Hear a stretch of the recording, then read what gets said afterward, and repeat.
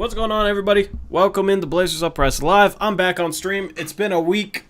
I hope you guys enjoyed Eric's solo stream last week, but now I am back to ruin the party, or to start the party. I'm not sure. Yeah, we got a chill stream for you guys tonight. Typical off-season stream. We will take your questions. I need to make sure my internet is chill because my internet was kind of glitching out before this, so hopefully we're not having any issues or any lag or anything, but as is always the case, that could definitely be a thing. Man, I'm rusty talking on stream. It feels like forever since I've talked on stream. It's like when you stream every single day and then you take a week off, it's kind of weird coming back. So anyway, it's nice to be back on stream.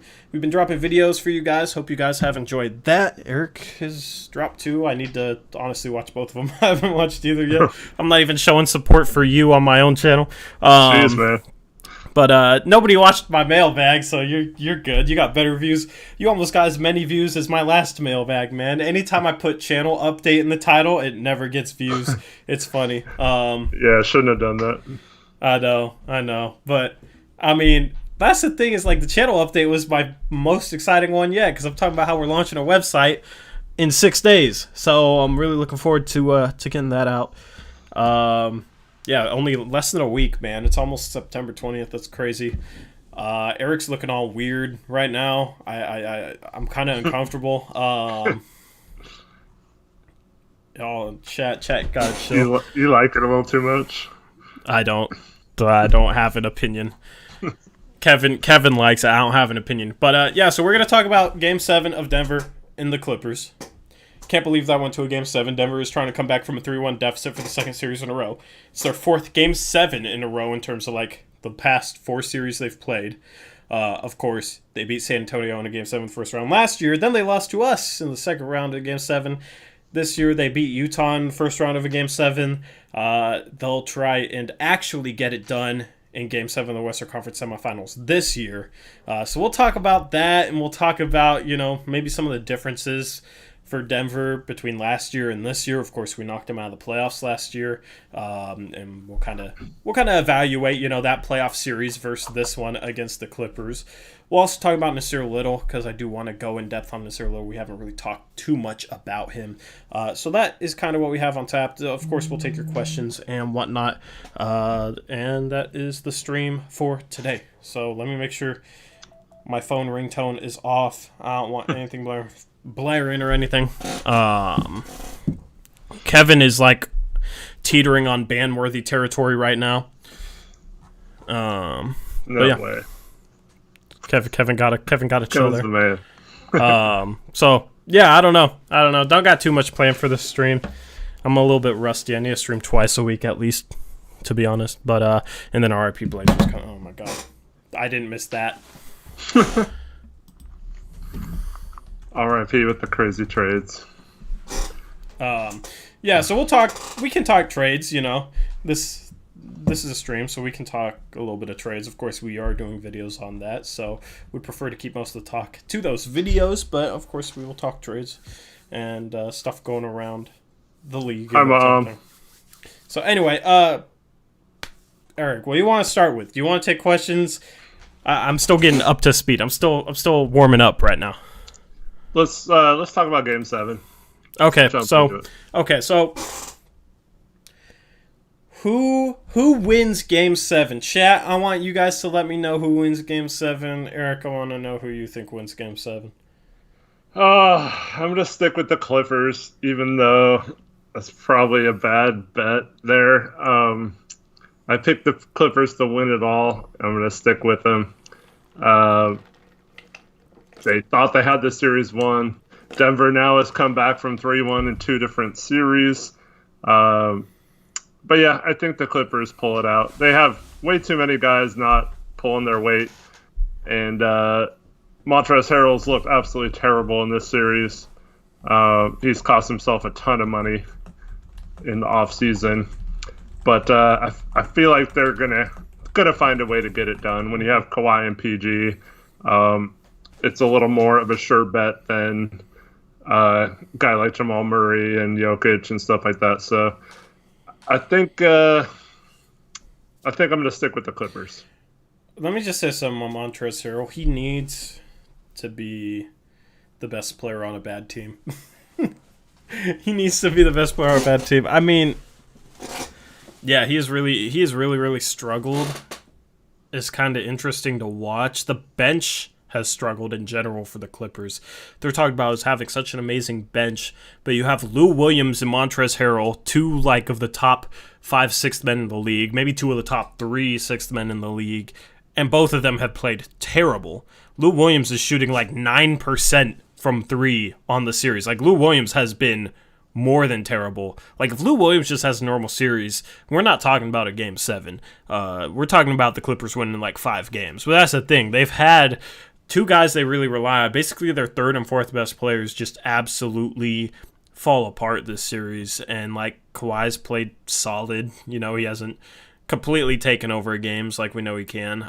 PG has been better in this series than the last series, but they're not getting enough from those bench guys. But I'm still taking the Clippers because I think they're just inconsistent. They don't come out every game with a sense of urgency, I feel like. And when they got up 3-1, they didn't play with the same sense of urgency. I didn't watch full games, but I watched bits and parts, and that was kind of the main takeaway I got was they're not playing as hard as the Nuggets. They're not playing as hard as they should be playing, which is weird because the last closeout game they had against Denver, they won by 43 or something insane. Of course, Denver didn't have Porzingis, but that's the thing with the Clippers. You never know what you're going to get with them. Dallas, my bad. Yeah, Dallas. You don't know what you're going to get with them, but after just not playing with a sense of urgency, I mean, you heard Doc Rivers saying post-game after Game 6 how they were walking up the ball too much. They wanted to play with a faster pace, or Doc wanted them to play with a faster pace, and they're just walking the ball up too much. It kind of reminds you of Portland, where Portland goes on lulls when they don't play with a sense of urgency and they walk the ball up, and they're just kind of almost sleepwalking out there. And that's kind of what I saw from the Los Angeles Clippers. So you have them going into a Game 7. I think they'll come out with a sense of urgency. I think they will play with pace. It's do or die now. They don't have that cushion anymore, and I think they kind of fell back onto that cushion. They relied on that cushion, and it led to Denver getting 2 big wins against them. So I think in Game 7, they're going to come out with a sense of urgency. They're going to play harder. I think they are the more talented team. So I think the Clippers get it done. I think you see in LA Western Conference Finals. I am rooting for Denver, though. I'm rooting for Denver. Not hard. Stuff that'll bring upon you by them winning. Oh yeah, because I said they weren't a contender. Yeah, people will give me crap for that, but I mean, this Denver team is completely different than they were last year, right? This Denver team, I think, is completely. I want to know what chat thinks, but my opinion is, if the Blazers from last year played against this year's Denver team, Denver would win that series. I want to know if chat agrees with me. I want to know if you agree with me. And I'll go into my reasons why. I just want to see how much of a hot take this is. Well, I mean, how much should we win Game 7 by? 3 to 5 points. I forgot what the final score was. Very close. Maybe even 2. So you're basically just saying that they're a few points better than they were last year. I can buy that. It's not a hot take. Yeah, I just think we lose that series. Okay, maybe I need to go a step further. We lose that series in 5, maybe 6. 5, maybe 6. Yeah, we were down 3-2. So yeah, I still don't think that's that hot of a take. But yeah, no. I mean, another year of experience. You could argue that Denver needed that loss to get there, but you could also argue that they should have lost in the first round this year and shouldn't even be at this point right now. So I don't know if that's but here's necessarily true. I think their ceiling for how good they can play has been raised compared to last season. They still, I mean, this is the Clippers too. This is pretty much any team except for the Heat and the Lakers in this year's playoffs. Teams are inconsistent, especially in the bubble. It seems like teams are inconsistent. So, I mean, that's kind of the case with Denver, but it's almost like when the pressure is on, their play raises to such a high level that is a higher level than they ever played in last year's playoffs. And you saw it against Utah. I mean, they've literally won 5 straight elimination games. 5 straight elimination games. 3 against Utah, they're down 3-1. Won the last 3 to take that series, and then 2 against the Clippers. We'll see tomorrow if they can make it 6 elimination game wins in a row. But that's the thing, is like even in the last game they played, they were down 16 at halftime. They were down 63-47. But then they dominated the second half, just absolutely dominated, and it was on both sides of the court. The Clippers only had 35 points in the whole entire second half against the Nuggets, and you had Jamal Murray and Nikola Jokic just popping off. Both got hot at the same time. Like it was very impressive. So that's the thing, is I think they're a completely different team than they are last year, just in terms of what their ceiling is, how well they play with their back against the wall. They're responding to adversity better. So I don't know. I get a different vibe. I just think their level of play, when they're struggling, they kind of look like that team from last year. But when they're playing well, they're at a different level than they ever were last year. Well, Doc Rivers blamed the officiating on that one, the second half collapse. But you can't blame the officials when you have a 16-point lead. Yeah. But for those keep mentioning Jeremy Grant, I mean, the dude in the last game, he was 0 for 3 from the field in 20 minutes with 0 rebounds. It's not like he made a huge difference in that game. And that's the kind of guy that we'll bring in. We'll find a way to get him, and then all you guys will complain that we don't take risks and don't do enough to get talent around Dame because he's not good enough to take us over the top. And so I don't think Jeremy Grant's made that much of a difference for Denver in the playoffs. Maybe during the regular season you could argue that, but I don't think he's been great for them. You know what's funny is all the people that hated on Aminu want Jeremy Grant. But with the way Jeremy Grant is playing this playoffs, if he was doing that for us, they'd be saying, oh my God, can't stand Jeremy Grant. They'd basically be treating him like they treated Aminu. That's what I find funny about things. Because let me look at his playoff stats for this year's playoffs. He's shooting 37% from the field and 33% from 3. Yep. Al-Farouq Aminu shot 43% from 3, over 43% from 3 against the Pelicans when we got swept, and he was getting eviscerated when he shot 43%, making over 3 threes per game, and he was still blamed for the problems with us not being able to beat the trap and all that. Meanwhile, you got Jeremy Grant shooting 33% in this year's playoffs, and Blazer fans are in love with him and want him so bad. All these guys that eviscerated Aminu for shooting 43% apparently want Jeremy Grant when he's shooting 33%. I don't get it. It doesn't connect to me. And the only way we can get him is if we trade for him, so we'd have to give up assets to get him as well. So, yeah, I don't like that anyway. I'd rather have Mo Harkless back, actually. I mean, yeah. I mean, like, if you look... Here's what I think people are doing. They might watch a Denver game, and Jeremy Grant will play well that game. And then they go to Basketball Reference, and they look at his stats, and they're like, ooh, he shoots 48% from the field. He shoots 39% from 3 and gets 12 points per game and plays defense. That would be perfect. We should trade for him. They don't even realize he's a free agent, so yeah, you can't really trade for him. He's not really an option to begin with, but like... You could opt in, but... But, I mean, this is 1 year he shot 39% from 3. I mean, last year he shot 39% from 3 as well, but before that, he wasn't that good of a three-point shooter. For his career, he's still a 34.7% three-point shooter. So that's the thing, is like his shooting honestly kind of resembles Aminu, because Aminu struggled his first 4 years in the league, and then he came to Portland and rose it up to like 36, 37%, right?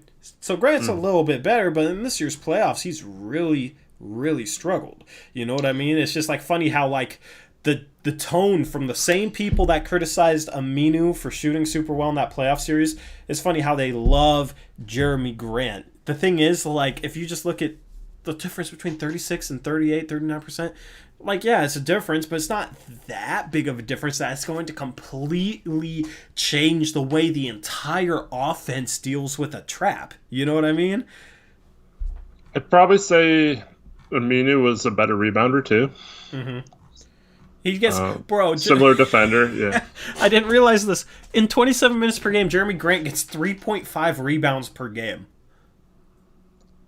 See, that wouldn't help our issues either. I didn't realize we he was got such a bad killed on the rebounder. boards this year. I didn't realize he was such a bad rebounder. That's the thing that people like overlook. I don't care really how good like a guy like Russell Westbrook rebounds. You know what I mean? Because he's a point guard and like he's kind of stealing rebounds from teammates. So like in terms of guards, the difference between like 3, 5, 6, 7 rebounds. Like I don't really care about that. When it comes to bigs, you have to look at rebounding. And a guy like that, 3.5 rebounds per game, that's terrible. You know what I mean? Maybe he's boxing out well and all that, but still, per 36, he's a power forward, right? And that's what he'd play for us. Per 36, he's getting under 5 rebounds per game. So, and that's the thing, is like people kind of overlook that, and then when it comes to games actually being played and we can't get a rebound, people are like super pissed off, like, why can't we grab a rebound? It's like, oh, well, you guys wanted Jeremy Grant. 3.5 rebounds per game and 27 minutes per game. What were you expecting? The only thing I'll say is Aminu did shoot a lot worse in the playoffs last year compared to Grant this year, but so it's a little bit of a, if you just take Aminu's last year in Portland, it wasn't good, but Aminu was 29.4% from the three-point line last year. But that's the thing is, if you actually look at Aminu in the playoffs, the one playoff series last year was 43, yeah. Okay, first playoff series with Dallas when he was 24 years old in 2014-2015. He kind of broke out that series, actually. Played 5 games, started 2 of them. He shot 63.6% from 3, making 1.5 threes per game. The next year, his first year with Portland, he shot 40% from 3 in the playoffs, making 2.5 threes per game on 6.4 attempts. The year after that, in 2016-2017, he shot 41% from 3 in the playoffs, making almost 2 a game. The year after that was the Pelicans series, when he made 3.3 threes per game and shot 43.3% from the arc. And the thing is, after that series, everybody was saying, oh, we always struggle in the playoffs because we don't have a good enough three-point shooting power forward. How does that make any sense? Like 63, 40, 41, 43%. That's his first 4 playoff years. 3 of them for Portland. But like that's the thing, is he was made the scapegoat, which is funny because now everybody wants Jeremy Grant, and I just feel like Jeremy Grant, all these people that want him, would flip on him and treat him the same way they treated Aminu. Yeah, so Jeremy Grant's averaging 33.7 minutes in the playoffs this year in 13 games and is averaging 3.1 rebounds per game in 33.7 minutes. That's really bad for their starting power forward. Yeah. Yeah. I mean, he started 10 out of the 13 games. Millsap started the other 3. It's just weird, man, because like the difference between Jeremy Grant and Al-Farouq Aminu isn't that big. I think Blazer fans, maybe even myself for a stretch there, underrated Al-Farouq Aminu, and now it's like they're overrating Jeremy Grant. There's people out there that said they'd pay him like $17 million a year. And what's funny is it's the same people that criticize Olshey for paying like a guy like Harkless $10 million a year. This is my problem with the people who want to like sign and trade for him and stuff.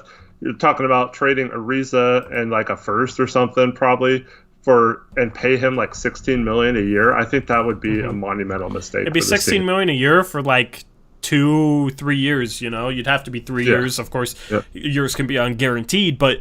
That contract would be worse than some of the 2016 ones, I think. Like, and you're giving up value just to sign him to that bad contract. Like, you're talking about Ariza, who shot 40% with us, who has playoff experience. Like, he's struggled in some stops previously, and he might decline a little bit because he is up there in age, but I'd rather take that gamble instead of going all in on a guy like Jeremy Grant. It just doesn't make sense to me. Everybody that wants him is like, 1, it doesn't make sense because he isn't an option because he's a free agent, and 2, it's just like, why do people like this guy so much? Yeah. Again, I'm not convinced that he's going to opt out. I'm I have a feeling when the new cap information comes out that most players of the player option are going to accept it just because of the uncertainty and the fact that hardly any teams will end up with cap space. And the mid-level exception might be lower than what he could make next year just accepting the option. If he opts out, I expect him to be re-signed by Denver because he could make by far the most money from them. But the only thing I could say for like why Portland fans love him, he did shoot 45% in 5 games against us in the playoffs last year. So small sample size, but 4 attempts, he made 1.8 per game, and then shot 50% from the field on 8 attempts per game. But he was kind of a secondary player in that series. He wasn't really doing a whole lot. And the funny thing is, he probably would have been effective as a double teamer on Dame if you have PG and him double teaming Dame, but they chose not to really double him much that series, which was really mind-boggling. They should have went small and played Grant at center more, I thought. Yeah. And tried to just blitz, all out blitz. But you know what's funny is, yeah, Grant shot 45% from 3 last year in the playoffs against us. All those people who absolutely destroyed Al-Farouq Aminu after that Pelican series when Aminu shot over 43%. If you told them, like, oh yeah, the only reason Portland won is because Jeremy Grant isn't a good enough shooter at the 4 for OKC to beat Portland's defense, they would laugh at you. Like, that sounds so ridiculous, you know what I mean? They would laugh in your face, like, you know what I mean? They would know that's ridiculous, but that's basically what they said after the Pelican series in regards to Al-Farouq Aminu. Al-Farouq Aminu isn't a good enough shooter for Portland to deal with the strapping Pelicans defense after a series where Aminu shot over 43%. So it's just funny. It's just funny to make this comparison and see what people said about Aminu compared to what they've been saying about Grant. I said this a lot in my trade video, but I'd rather have Ariza than a lot of the guys that people talk about wanting really badly, even at his age. Yeah, let's not even bring up Aaron Gordon, because that's the other guy Blazer fans overrate the hell out of. Maybe that's a good topic for another stream or a trade talk video. Like, why? People killed Al-Farouq Aminu and his shooting, but then they want to go trade for a guy who shot under 31% from 3 this year and for his career is under 32% from 3. It doesn't make sense. I don't get it. The logic it just doesn't compute for me. It's the same people that hated Aminu, and then they're out there saying like, oh well, Aaron Gordon's only played in Orlando. If he came to Portland, he would be a 36% three-point shooter.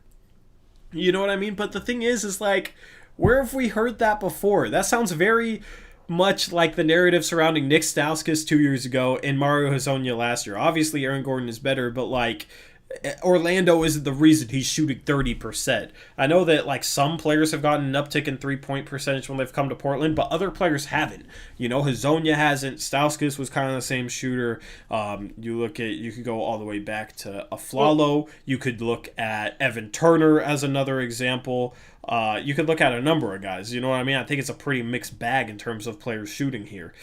Will Barton left here and got better from the 3-point line. So I don't think like we just magically make whoever comes here 5% better of a shooter, right? Well, what we do is we make them purely a 3-point shooter. So a guy like Jeremy Grant, we'd only stick him in the corners for threes, just like we did with Aminu. And then like Aaron Gordon would be just a 3-point shooter. Like he would get the same shots Aminu got. He wouldn't. There's no movement to this offense, and that I had someone arguing with me about how Gordon just needs to play in a better system. Well, that's not Portland. Portland is not the right system for him to be better in. Yeah, Kent Bazemore. Yeah, that's all we want him to do is shoot threes, and then he tried to drive and do stupid stuff too. But yeah, like those aren't the type of players you want to come in to be strictly 3-point shooters. You want lights out 3-point shooters who play defense in those situations, not guys who you might get the uptick and might if they shoot well would be like 36, 37%. Like you want guys who are like mid 35s that can maybe bump that up to 40% in a good offense if they were getting cleaner looks.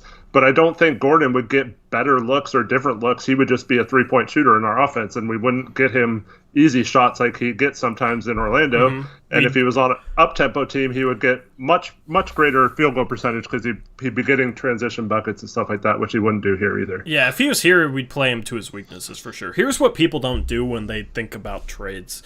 They never... I mean, some people do this, but it's the people who I think are actually like really smart about the game. Here's what a lot of people miss out on. They don't think about, okay, the player we're getting, what role is he best in, and what roles don't work for him, right? That's the thing when you're potentially looking at trading for a player as a GM. You look for a guy that's like, okay, his team isn't utilizing him as well as they could be utilizing him, and if we brought him here, we could put him in a better role so that he would be a better player for us than he is for the other team. So the other team might give him up for hardly anything because they don't think he's that good. They don't use him in the proper role. But if you're a good GM, you might be able to identify those types of guys and fit them to a productive role. This wasn't a trade, but like Draymond Green under Mark Jackson wasn't being utilized as well as he could be.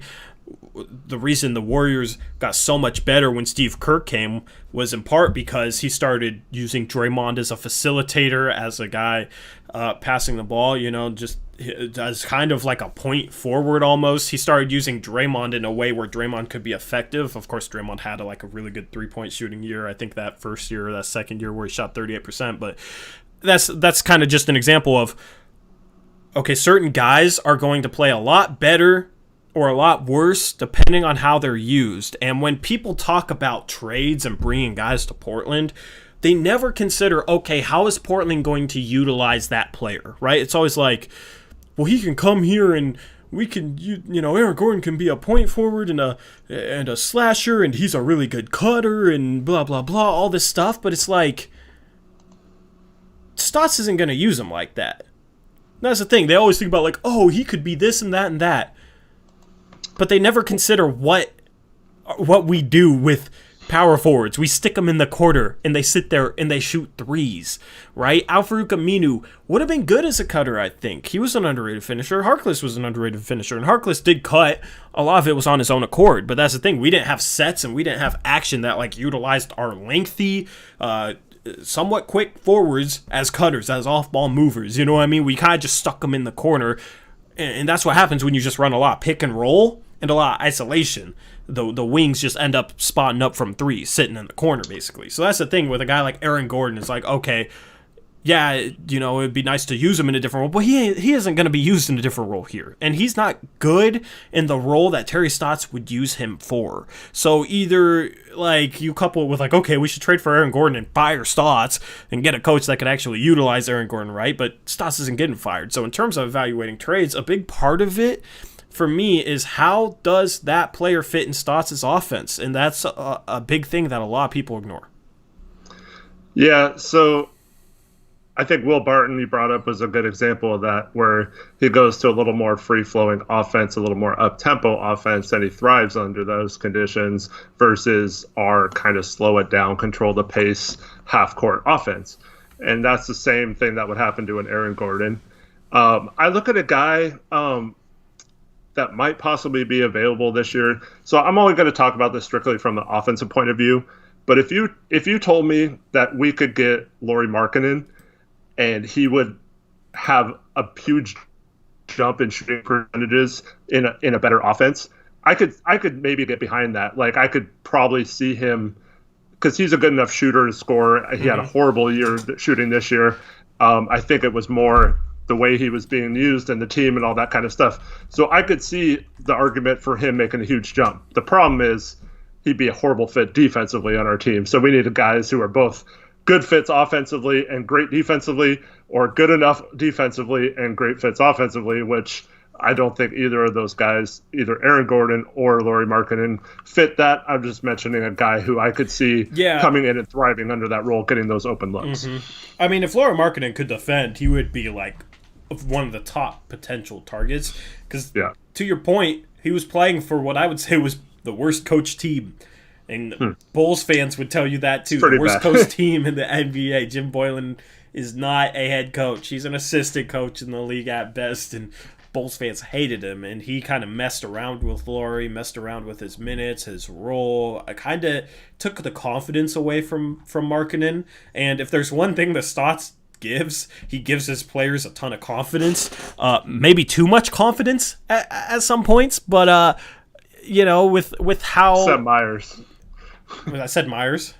Except Myers. Oh, except Myers. Yeah, except Myers. Myers is a special case. That's an outlier. But so that's the thing is like Markkanen goes from a guy who just kind of screwed over his confidence and he wasn't getting the best looks, kind of a dysfunctional offense, to getting great looks in an offense under a coach that would give him confidence. Like, yeah, could definitely see an uptick, a big uptick there. The problem is he obviously can't defend, and he probably isn't as available as the other guys. But yeah, that's a great point to a guy that would come here, and because of the role he'd have here, would see an uptick. A guy like Aaron Gordon, yeah, he might raise his shooting from 30 to 32, 33%, but his volume would be so high in order to do that him shooting threes at that volume wouldn't be good. Like, he'd be probably shooting like 7 threes a game, and if you're shooting 7 threes a game and only shooting 32 or 33%, you're not really helping the team.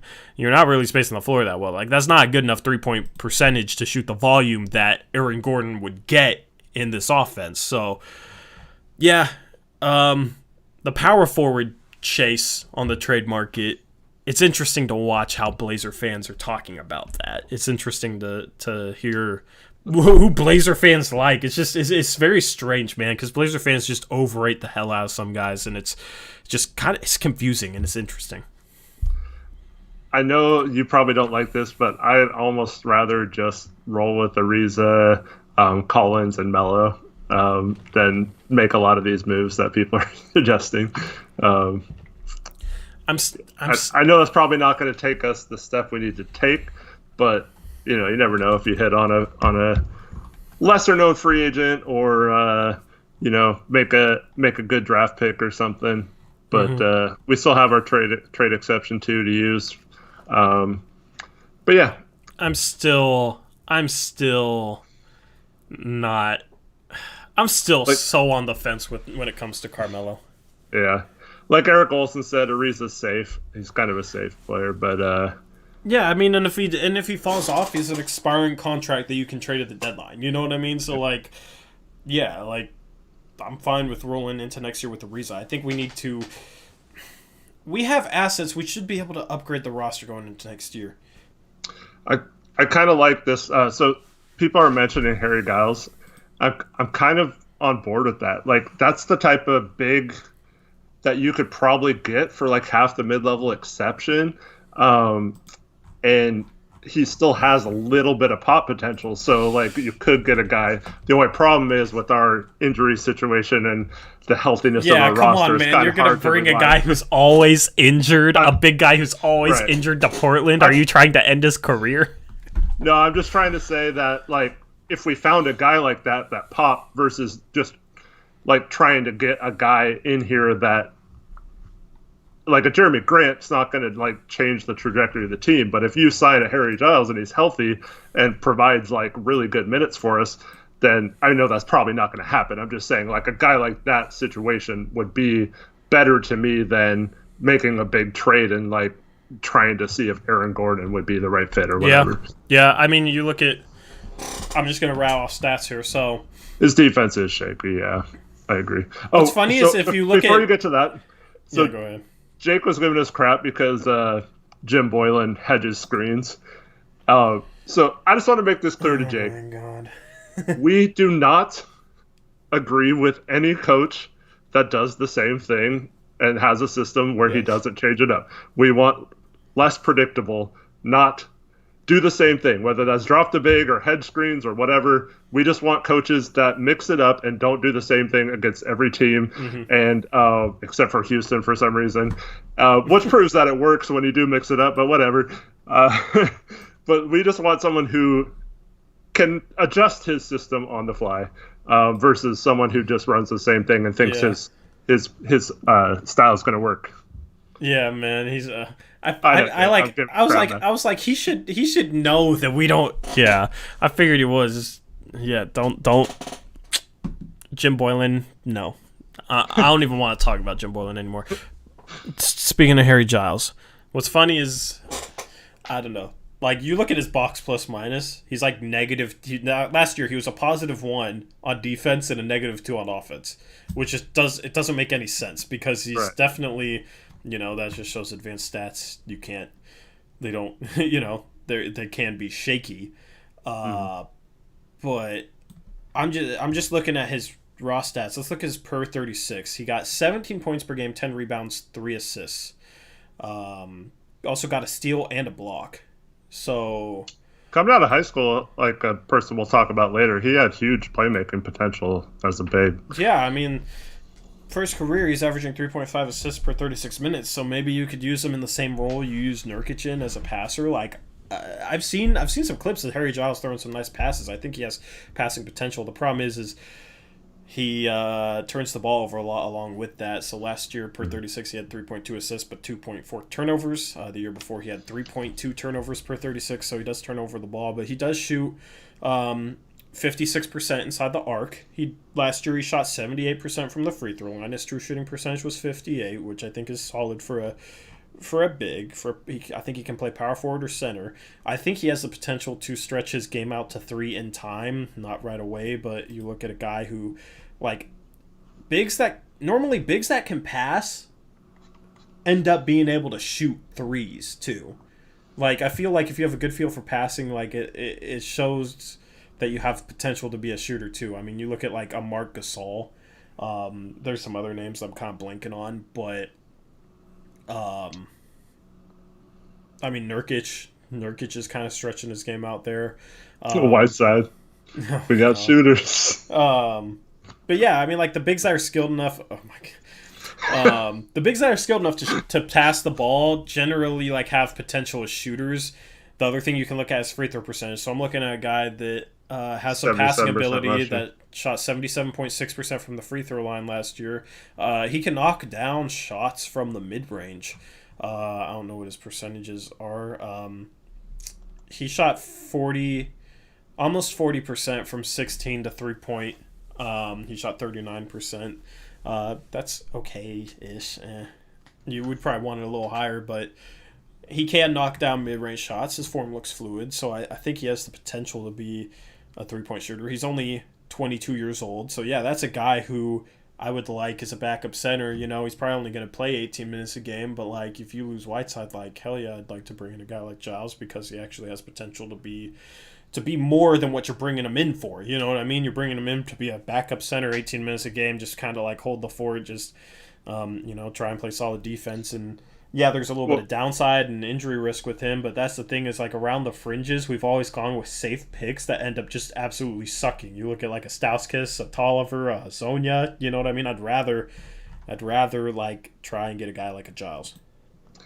And I don't know even if he was somewhat injured or as long as he wasn't out for the entire year, I think if we re-signed Melo and had Collins, Melo, and Nurk, and you've got kind of, Melo can play 4, Nurk can play 5, and then Collins can go back and forth between either position. So you kind of have it covered either way. Well, I guess that's assuming Collins is healthy as well. But yeah, so I don't think it would be a huge risk to take. We probably need to sign one more big, probably re-sign Gabriel too, just to have some depth there. But yeah, I don't know. I kind of like that idea. I'm looking at Harry Giles' stat page, right? Mm-hmm. So this is Harry Giles' stat page. Look at the first link. Rip City Project. So I clicked on it. Stevie, yeah. I don't know if I want Harry Giles anymore because Stevie wants us to go after him. He also wants us to go after Jonah Bolden. Well, who's a guy really like. I think he's living in Australia. Yeah, go get Giles and Bolden. We could get Bolden for his other suggestions were Andre Roberson. Ew. Yeah, no. No thanks. Markieff Morris. I'd be okay with Markieff Morris as our backup. I don't like Markieff at all. His personality is kind of rough, but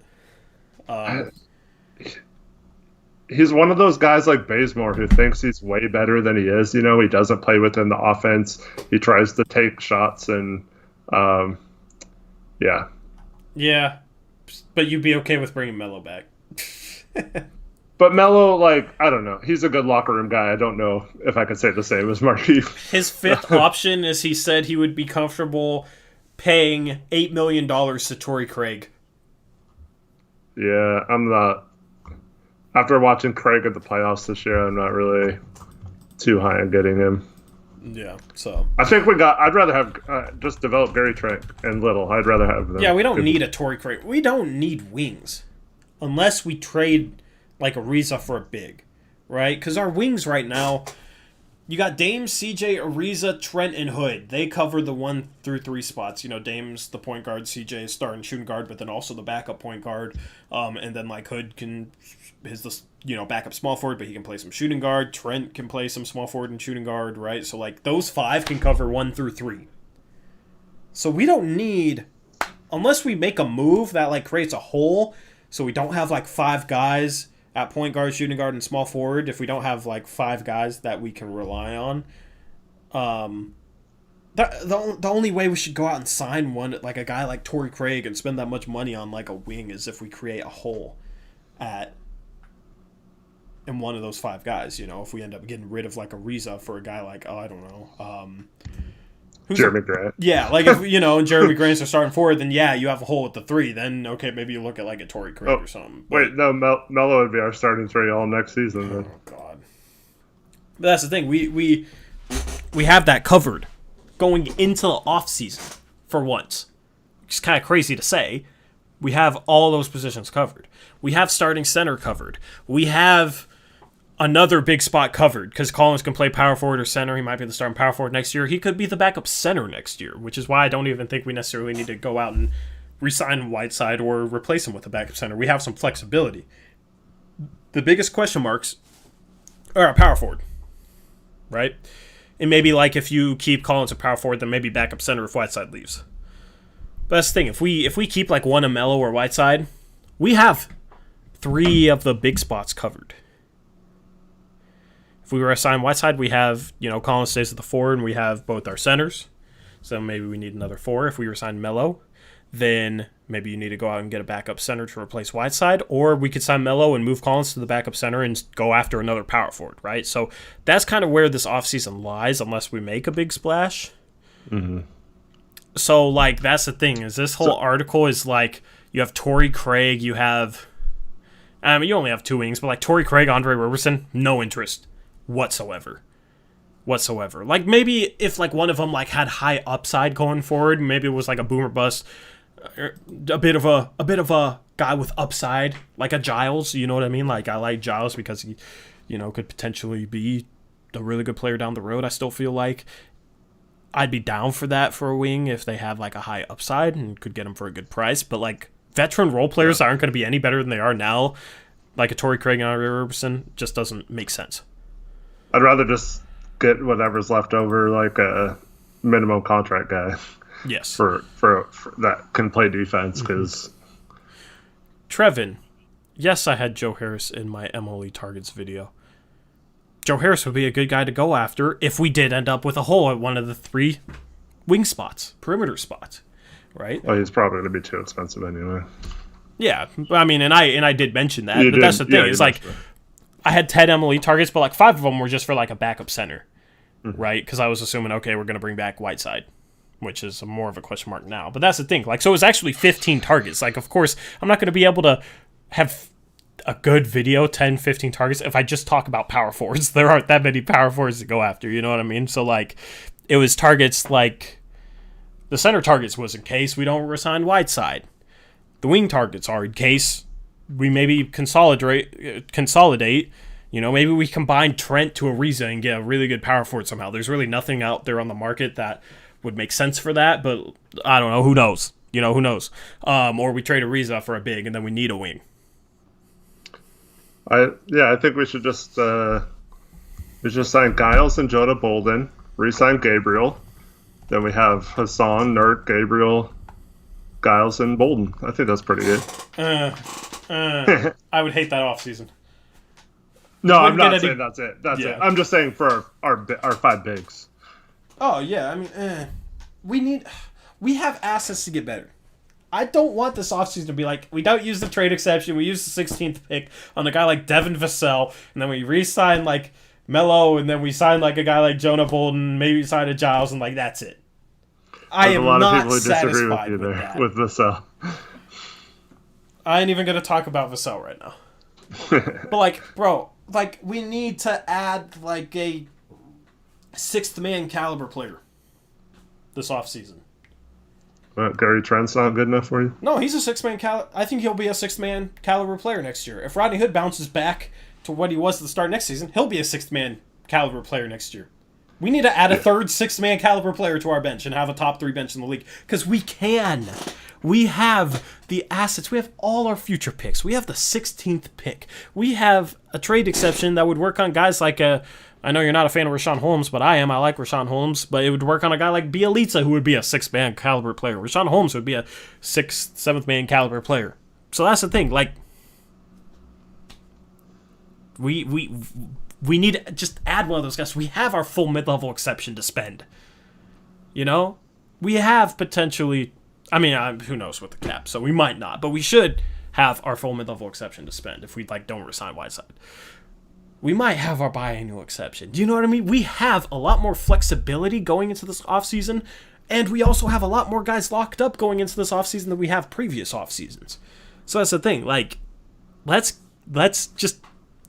Like, if we just got Bielitsa and brought back Whiteside, I'd be happy. You know what I mean? I'm not asking for much. I'm not asking for much. We should go in with a top 5 bench in the league into next season. So if we don't, I'm going to be unhappy. But you don't think running it back is a top 5 bench? No. I think it's 6th to 10th. I'm not high on Melo if he's coming off the bench. I'm not high on Melo next season. I think he's going to regress a little bit more. Also, yeah, he played well defense in the bubble, but who knows if he can keep that weight down. Who knows? He'll probably lose more of a step. And even in the bubble, in the playoffs, like, yeah, he shot good from 3, but for his career, he's not that good of a three-point shooter. He's had years where he shot like 38% from 3, and then the next year has come back and shot like 34% from 3. And his three-point shooting is literally the only thing keeping him in the league right now, is the fact that he was able to shoot 38% for us. You know, if his shooting regressed back to 35%, he's not efficient inside the arc, even though he takes a bunch of shots in there. And, like, his defense in the bubble, I'm not counting on him to play that sort of defense going next year. So, like, I wouldn't hate bringing him back as a backup forward, but who knows if he even wants to come off the bench as well. So that's the thing. A lot of question marks with him. And then Whiteside, lots of question marks with him coming off the bench. Is he going to be engaged? Is he going to, like, he struggled coming off the bench. So if you had Trent, Hood, Melo, and Whiteside, talent-wise, it might be, like, 4th or 5th best bench in the league, but... in terms of, like, the production those guys would give you, I don't think it would be a top 5 bench. Yeah, I don't know. It's hard to know going into next season if it would be or not, but it's hard to get a bench that doesn't have question marks, though. But I think on paper, that's about as good as you can get with both. You have Trent as a young guy. You still have Little and Simons on the end of your bench in case either of them pop. I think we'd be really deep that way, but... Derek Favors has shown he's been fine coming off the bench. Like, I would rather have Derek Favors as our backup center than a Whiteside. You know what I mean? It might mean just, like, swapping a guy out, but, like, Favors, there's a lot less question marks with him. I think he's a lot better as a 6-man just because he's more accepting of that role and just it brings more energy, you know? Honestly... the more I look back on last season, the more I kind of go back to my opinion before we got Whiteside. My opinion before we got Whiteside is that Whiteside's really overrated. And I defended Whiteside all year, but the more I look back on it, his stats are so empty. What was his impact? We really struggled. Even in games he did well in, we still struggled to win. Our defense was still terrible with him, like, getting those 3 blocks a game. You know what I mean? So it's kind of hard to gauge what his actual impact is, but, like, that was him as a starter. Him off the bench, I'm not the biggest fan of, which is why we should have traded him, but I'm not the biggest fan of. But that's the thing. We have assets. Like, yeah, I guess what you're saying makes sense that if we use one of those assets to get a backup center, then we don't need Whiteside. I just like the idea of keeping all our assets free and keeping him. But yeah, It's just going to be frustrating. It's just like if we, and it's But if we just went out and just, and obviously the money thing is a question mark too. But that aside, if we just went out and used a 16th pick and traded that for Bielitsa and a second, and using our trade exception to take on Bielitsa, and then we use the mid-level exception on Derek Favors, I would be over the moon ecstatic. Because that bench would be a top 3 bench. Bar none. That might be the best bench in the league. Right? Like, that's what I want out of this offseason. I'll be disappointed if we don't get something like that. If we brought back Melo, and I would much rather have like a Bielitsa and a Favors than a Melo and a Whiteside.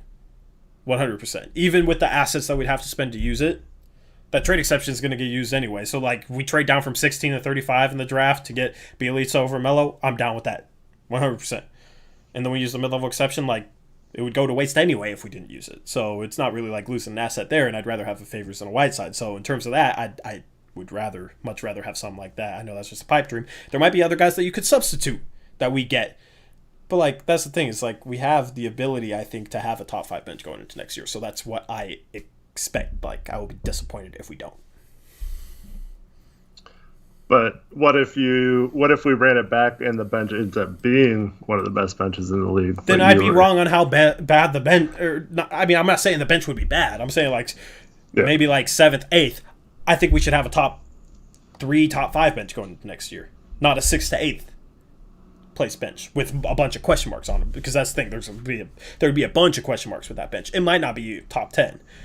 A bench of Bielitsa and Favors instead of Melo and Whiteside, there's far less question marks on, like, is surely top 10. That's the thing. So, like, yeah, they might end up still being a top 5 bench, and, awesome. I'd be happy with that. But after this offseason, before the season, like, when I'm talking about what we did this offseason, when I'm summarizing it, I will be disappointed if we just run it back.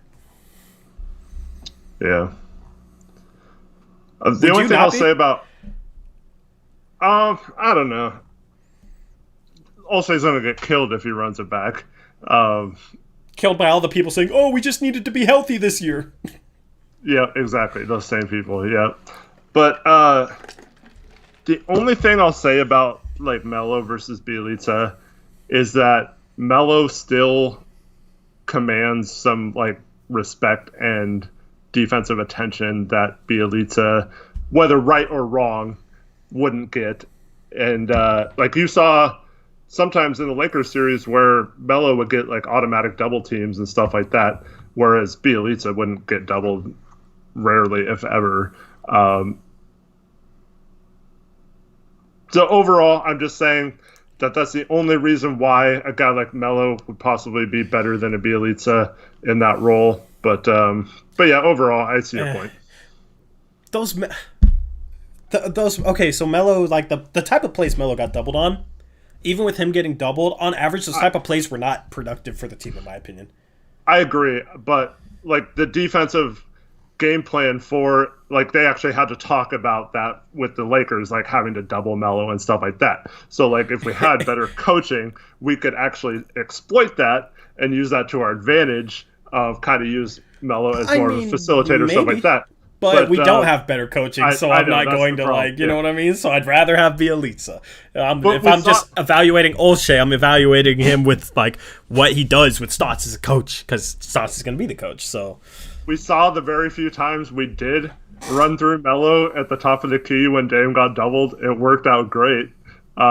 But, yeah, we only did it a couple times for some reason. I just hate, like, the Melo gets doubled defense for, like, Melo being good. Because it's like, Melo could be 1 for 8 in a game, and people be like, yeah, but you see him, he drew, like, 2 or 3 double teams because he's still, like, a really good player, and that helps the team. And it'll be, like, plays where, like, he drew a double team and tried to throw it across the court, and it got intercepted. You know what I mean? Like, it doesn't really result in much good.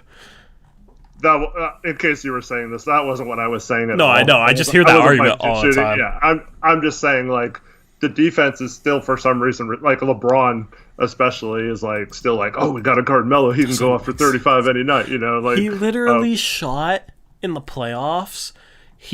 Let me find it. He shot.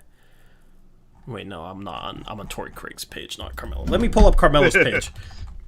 Because he did not shoot well inside the arc in the playoffs. And he did not shoot that well inside the arc during the regular season either. In the playoffs, Melo shot 40.8% from inside the arc. They were still doubling him. Why? Why were they doubling him? Like, okay, I understand if he gets hot. If he gets hot and hits like 3 shots in a row, then yeah, you double him. But he's like missed like 2 like contested mid-range jumpers where he's just selling for mid-range jumpers, and then like he would get the ball for the 3rd time in a row in the high post, and they would run a double at him. It's like he's cold. He's forcing bad shots one-on-one. Like, why do you even need to bring a double? It doesn't make sense to me. Yeah, I know. It doesn't make sense to me, but, it's still true. But that's the funny thing. Yeah, it's just not... I don't know. The fact that he gets doubles doesn't change my evaluation of him. I liked what he did in the bubble, okay? He was like a 3-and-D guy in the bubble. The problem is... I'm not expecting that to keep up. If he was only that, it'd be great. I know, and if he was that next year, like, I'd be more on board, Yeah, and especially if he was only that. If he stopped forcing so many isolations in the mid-range, if he would just be a spot-up 3-point shooter, and then maybe if he got ran off the line, take a dribble in and take an open pull-up in rhythm mid-range shot, I'd be fine with that. His offensively, yeah, but, like, that's the thing. I expect his 3-point shooting to regress a little bit next year. Because let me look at his career. Every year he shot... His best shooting year was 2013, 2014. He shot 40% from 3. The next year, he shot 34%. He's had a couple years in a row shooting around like 36% from 3, but that's not good enough for Melo considering like his flaws, right? Like he had a year where he shot his first year shooting 37% or more was 2008, 2009. The next year, he shot 31.6. The year after that, he shot 37.8. The year after that, he shot 33.5, right? Then the year after that, he shot 38%. The year after that, shot 40. Then the next year, shot 34%. So, like, it peaks and valleys his whole entire career, right? So then you look at this. With Houston, or with his last year in OKC, shot 36%. The 10 games with Houston, shot 33%. Wasn't that comfortable here. Came to Portland, shot 38.5%. I think it's more likely that he goes back to being a 35% three-point shooter next year than a 38% three-point shooter.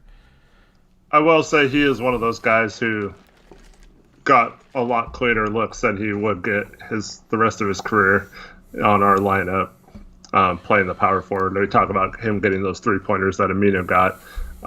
So I don't know. Yeah, but like if those looks are that good, then we could bring in like anybody to come in and shoot 38%. You know what I mean? Yeah. So. Okay, so you're a guy who likes to make moves thinking about what that could mean in the future for trades, right? Mm-hmm. So part of my problem with going your route and bringing in, like, using the TPE on Bielitsa and signing a Favors and letting Melo and Whiteside walk is that our lineup is pretty set that way. I mean, we could still make trades, but you're trading like one of your 9 rotational players. Whereas if you just brought everyone back, then you could trade a Whiteside. You could, if you had like a Harkless as the MLE, you could trade an Ariza and not really lose too much, moving Harkless back into his old role, stuff like that. Yeah, so those guys there's a little bit of depth in the trade. If Harkless isn't playing all year, he's not going to be happy, though. Right. That's the thing. Is like running back and then adding Harkless to having 10 guys that deserve minutes. Well, you're not going to have enough minutes for everybody unless somebody gets hurt. But you're worried about Hood not being 100% or like as good as he was, right? So maybe he takes Hood's minutes until he's more comfortable. I'm just putting the caveat in there. I think he'll return and be fine. He's not a guy who relies on athleticism. He relies on his jump shot. And kind of when he drives, he kind of slowly drives. Like, he's not a guy that relies on quickness or something that would be severely taken away from him because of an Achilles injury. Yeah, it'll affect him a bit, and maybe he doesn't get the same lift as he gets on his mid-range jump shots, but, like, I think he will be fine. I just have to throw that caveat in there because it is a caveat. It is a question mark. So, I mean, yeah, maybe you want to protect that, but I think Nassir Little going next year, I'd rather... he's a guy we have on our team. I'd rather okay, we got Nassir Little. If one of our bigs gets hurt, I think Wenyen Gabriel can step up and give you spot minutes. You know what I mean? And maybe if we consolidate and don't land anybody on the buyout market, then, maybe you have a guy like Wenyen step up and give you like 10 minutes a game or something. I'm not entirely sure. Like, I wouldn't hate that at all. And the thing is, if we do consolidate at the deadline, for a better player, it's likely because we are like a top team in the West, which makes it more likely that we'd be able to replace that rotation spot with a buyout guy. Yeah. So I'm not really like worried about that. The thing is, if you went out and signed a Derek Favors with the MLE for 1 year, $9.5 million or whatever, he's going to be easier to trade than Whiteside, because if what you resign Whiteside for that contract, he has no trade clause. If you resign Whiteside for multiple years, he becomes harder to trade because a team taking on Whiteside's contract probably wouldn't want him for multiple years. So going out and getting a guy like a Derek Favors to replace Whiteside, I think he would be easier to trade. He'd also have more trade value, potentially, if you were able to figure out a 3-team trade or something like that. I think Bielitsa and Favors would have more trade value, and maybe you bring in another team, work out a 3-team trade where a playoff team is willing to give up value in that trade. And I don't know. I think, honestly, going out and doing getting Bielitsa and Favors actually helps our future flexibility more than hurts it. Yeah, I just don't like the way Favors looked in the bubble. But you can replace Favors with an Aaron Baines. There's some decent backup centers who I think would be better in that role than Whiteside. So it could be any one of those guys. I like Favors, but the thing is that whole Pelicans team sucked in the bubble. Right. Lonzo sucked in the bubble. Zion, that whole thing was confusing as hell. How Drew play in the bubble? He didn't seem to be doing too much, from what I could tell. So that's the thing. Their whole team struggled in the bubble, and then you had Gentry getting fired. Maybe there was something going on there. Yeah, possibly. So now they're going to bring in Mike D'Antoni. God, he's just going to ISO Zion at the 3-point line. Drew played good in the bubble. He played fine in the bubble, actually. He was their only guy that really stepped up and played well. And Ingram had some good moments as well. Yeah. But, bro, no team should sign... The only team that should maybe sign Mike D'Antoni... Honestly, no team should sign Mike D'Antoni. He's so overrated. I don't get it. He runs a super ISO-heavy offense. Everybody talks about him like he's some offensive genius. But what did he do? He literally just ISO'd James Harden constantly. It looked like rat ball. I think D'Antoni is a version of Stotts in a way. Where, he's seen as an offensive genius, but he just runs a bunch of ISO ball and pick and roll. He runs a very basic offense. I will say it's not his fault, I guess, that they traded for Westbrook. Yeah. He had them on the doorstep if Chris Paul doesn't get hurt. That's a case where you could probably use injuries as an excuse. Yeah. Here's what I'll say to that, though. Chris Paul cancels out bad coaching. Yeah. Or mediocre I completely coaching. agree with that. But and then James Harden is potentially the best ISO player in the league. So I'm not going to give D'Antoni credit for that. You know what I mean? That's kind of the same thing with Stotts. That team got there because of who they had on the roster. Yeah. So, I don't know. It is an interesting conundrum. It's just what? He goes to Indiana. You assume they're probably going to run more iso ball. That's not what Indiana needs. They don't have the players for that, right? Their best player last year was Sabonis, who's a passing big man. So, what type of offense? Are you going to see a lot of Victor Oladipo isolation, Malcolm Brogdon isolation? That's not what they need. You look at the Pelicans. They're the last team that needs isolation. They have 2 good passing guards that kind of struggle to consistently score or consistently shoot, because Drew Holiday is kind of a questionable shooter, and Alonzo did shoot 38% last year, but who knows how much of a fluke that was, right? He did fix his form, so we'll see if he can maintain that. Drew is a better slasher than Lonzo. Lonzo isn't really much of a slasher, but that's the thing. And then you have Zion and Ingram. If they were more stagnant, that's not going to help New Orleans at all, right? Yeah. So that's the thing is I'm really interested to see what happens wherever D'Antoni goes. What do you think Houston should do? They need to, in terms of a coach or in terms of personnel? Mainly Westbrook. They need to see if they can get any sort of return on Westbrook. They wouldn't be... Okay, this might be a hot take, but I think Westbrook is the worst, like, just such a terrible fit with the rest of their roster and what they were trying to do. Mm-hmm. Right? Like, but I don't know. You're not gonna get anything near what you paid to get him just a year ago. So is it worth it that much just to cut him bait with him, or what do you do? I mean, you don't cut. Honestly, I'm not entirely sure. This is such Trading a hot take. I don't even know if I believe this, but like, are you sure that like they'd be any worse if they had Darren Collison as their starting point guard over Russell Westbrook?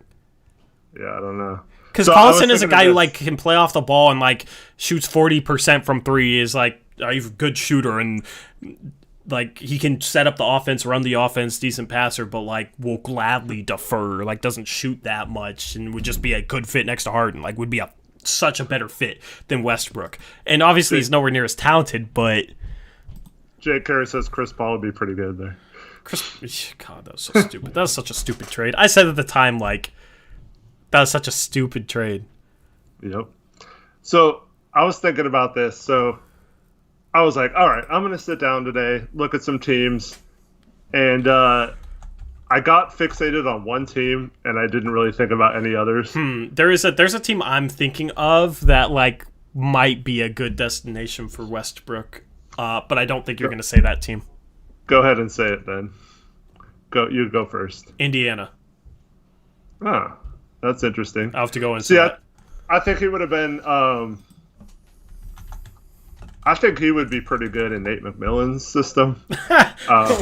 They just fired Indiana. Just fired him. So if they didn't fire him, I would maybe say because they don't. That they fired him because he wasn't adapting to the 3-point style and all that stuff. But what would you think if he was traded to Phoenix? You had Westbrook and Booker in the backcourt. What do you think of that? A worse version of Houston. Why? But Booker's better off the ball than Harden is probably. Just because he's used to playing with a point guard more often than being the point guard all the time. I think that would not go well. Because I was thinking if Phoenix wanted him, right? Because they've been like just dying to have like a team that people can like feel good about and all that stuff.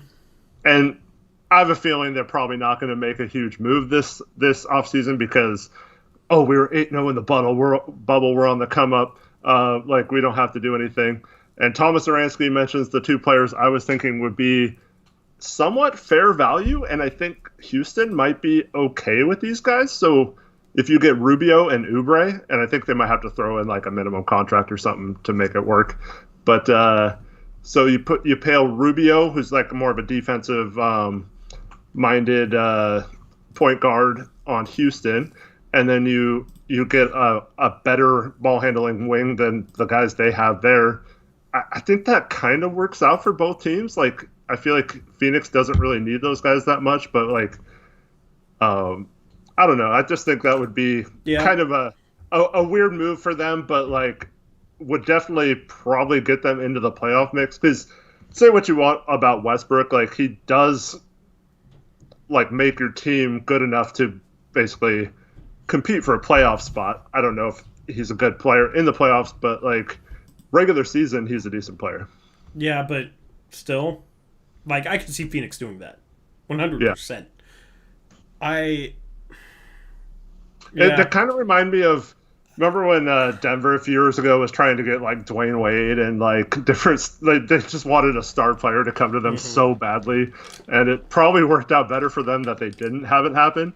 But I could see Phoenix doing that. Like whatever big name becomes available, they just get desperate and try to pair someone with Booker and Ayton just to do that. Yeah, just Westbrook would be not a good fit. Like you gotta get a guy who can play off of Booker. You gotta get a guy who can play on and off the ball as the point guard. Yeah. Like can kind of just do it all. Can hit threes. Like, if Westbrook could shoot threes, that'd be a different story. But the problem is, like, you can almost hide bad defenders on Westbrook now. Mm-hmm. Because, like, you just sag off of him, and then he drives into traffic and just flails around the rim. You know what I mean? Like, they just left him open. They were doubling off of him. That's crazy to think about. Doubling off a former MVP to... You could double off Westbrook to Booker, but then also you could put the worst guard defender on Westbrook and be fine, and put the best guard defender on Booker. Like, you need a guy that plays well off of Booker, in my opinion. But here's the trade I think would be a good trade for both sides. I'm gonna put it on the screen. You probably won't see it for a few seconds. But this is the trade that I think would be ideal for both teams.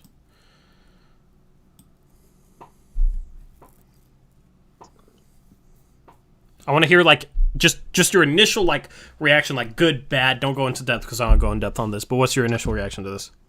My initial reaction is I would rather trade Miles Turner for something else if I was Indiana. Yes, but I mean, I wouldn't be a fan of really. Just like in terms of trying to find, like, I think Miles Turner would be a good big with Harden. Well, yeah, that's the thing is, like, D'Antoni leaving, like, this small ball experiment didn't work out. Like, you go get a center that can protect the rim as well as shoot threes to space the floor for Harden. You maintain your level of shooting. And, you know, he's a really good defender as well. He's a 3-and-D center. Like, I think Miles Turner would be a great fit.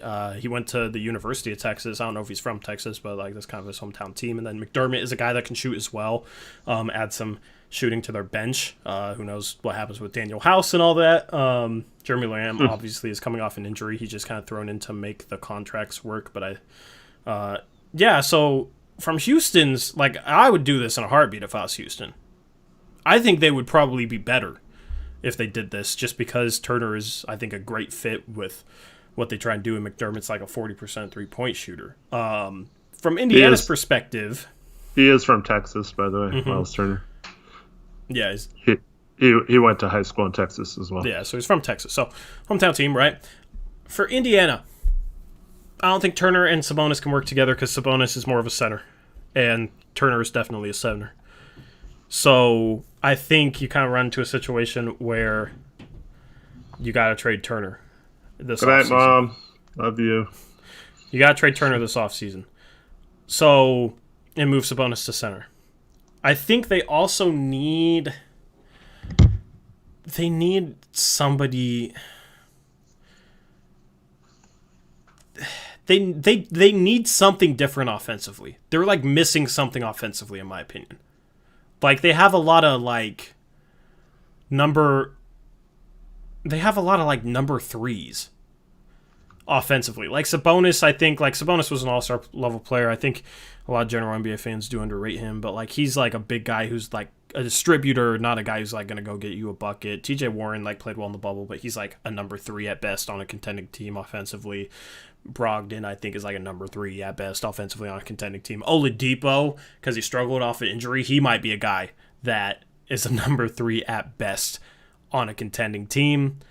So that's the thing, is, like, you don't really have that perimeter player that can go get shots. The thing is, Russell Westbrook, you don't really want him shooting. That is kind of the problem here, but, like, it would be something different for Indiana, and I think they need to try something different this offseason. And when you look at a guy like Sabonis and his passing ability, I think with the right coach, maybe you could utilize Westbrook moving off the ball more, get him to buy into being more of a cutter, potentially a lob threat, and combine that with Sabonis' passing and see what that looks like. If they did do something like that, I would move Oladipo. Poor Oladipo would have to play with Russ again. He wouldn't really be a fit there. Because Brogdon, I feel like, would be a decent fit with Westbrook. He's one of the few players I would feel really comfortable putting Westbrook next to, so that's interesting. I'm trying to think of what they could get for Oladipo. Maybe sign, like, a Millsap as their power forward. Oladipo for Kelly Oubre. Yeah, I don't know. That's interesting. I don't know. Oubre and Warren are kind of redundant, maybe. Well, one of them would be the 3, one of them would be the 4. Yeah. And the Sabonis would be the 5. You need like a 3 or a 4. Because Warren can play the 3 or the 4. So you need a 3 or a 4 back for Oladipo. Preferably one that could shoot. Mm-hmm. I'm trying to think. Chat, give us ideas for potential 3s or 4s they could trade Oladipo for. Let's see if chat can come up with something good. Julius Randle. I want Westbrook and Randle to play together so badly. It would just be a disaster. Oh, that'd be funny. Actually, what about Kelly Olynyk and something else?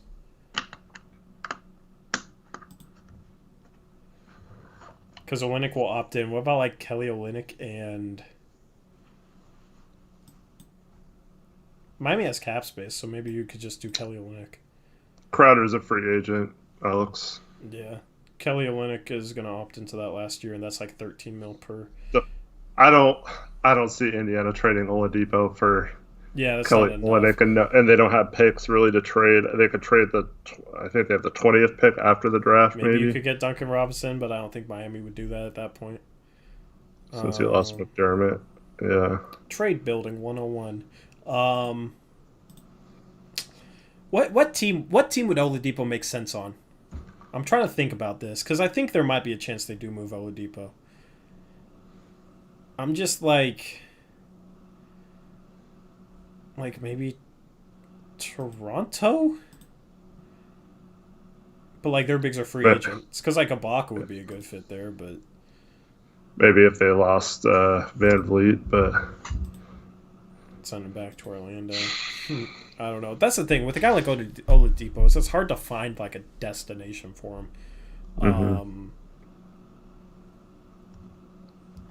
People, I feel like somebody in chat's gonna say to Golden State for Wiggins, but Wiggins would be a terrible fit there. What about Oladipo? We kind of make fun of this trade, but at least from a Blazers perspective. But like Oladipo for LeVert and someone else, like LeVert and Prince or something like that. Yeah. So you got LeVert as your starting 3 next to Warren. Yeah, I don't know. That might be something.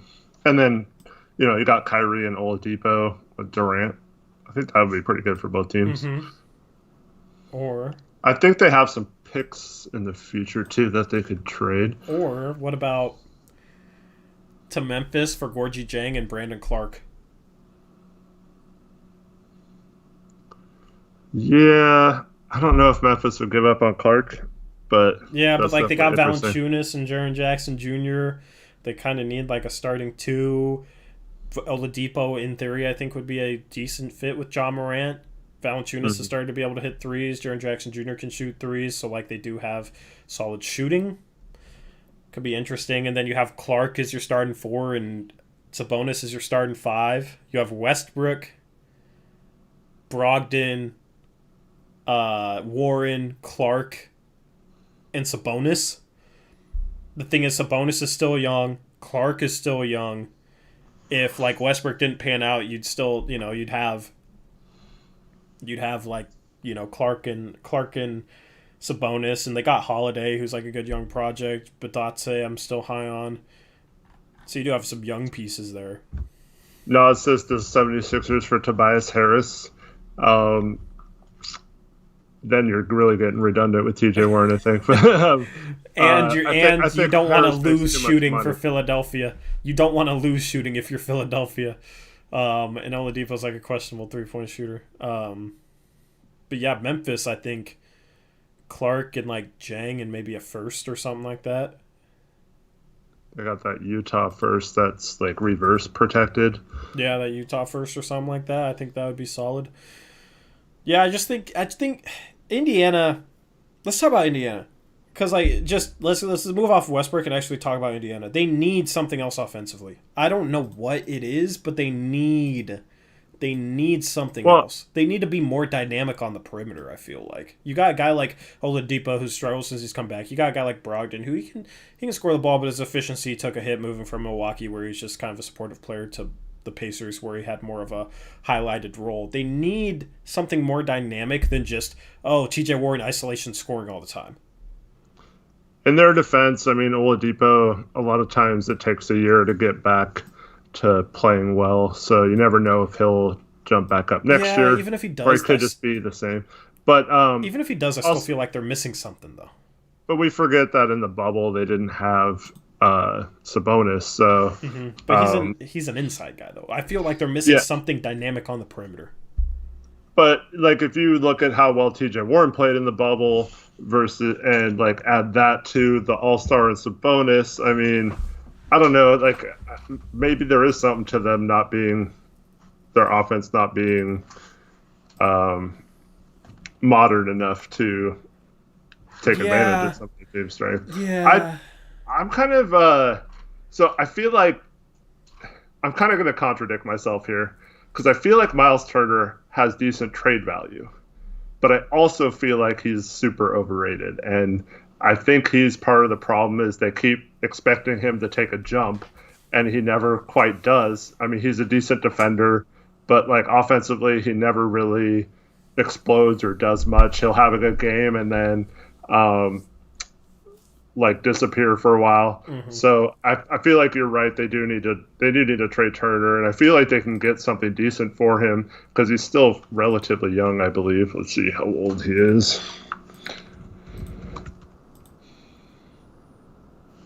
He's on a decent contract. He's only 24 years old, so. Yeah. Miles Turner would make a ton of sense for a team like a Boston Celtics team, but I'm not sure that they have the contracts to match. Yeah. And I don't think they'd give up one of their 3 wings for Turner. But like Turner would be a perfect like way to round out that lineup, because center is really their only kind of like weak spot, and if you can get a guy that shoots threes and protects the rim at the level that Turner does, that'd be nice.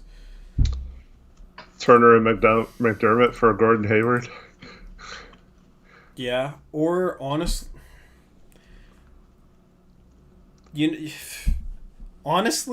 I feel like, which I wouldn't do this if I was Indiana, but I feel like they might trade Turner for Tim Hardaway Jr. Yeah. Which, like, Tim Hardaway Jr. is not enough, but like he is a guy that can score on the perimeter. Yeah, that's the problem is Dallas doesn't have a lot of assets they could trade either. Yeah. I mean, they're not going to... You know who they should go after from Dallas? Seth Curry. Like in our mock offs. I wasn't even thinking about that. But yes, bro, like Seth Curry, I think... I'm super high on Seth Curry. Like, what he did for Dallas this year, like, off the ball and on the ball, I think he can be, like, a dynamic player. I think he fits well with Brogdon. Brogdon has the size to guard 2s and is more of, like, a point. I think Seth Curry fits well with Oladipo, just like a third guard. Like, if you could do Turner, which I think Dallas would trade Hardaway for Turner. I think Turner would be a great fit with Dallas as their center because he could space the floor for Doncic.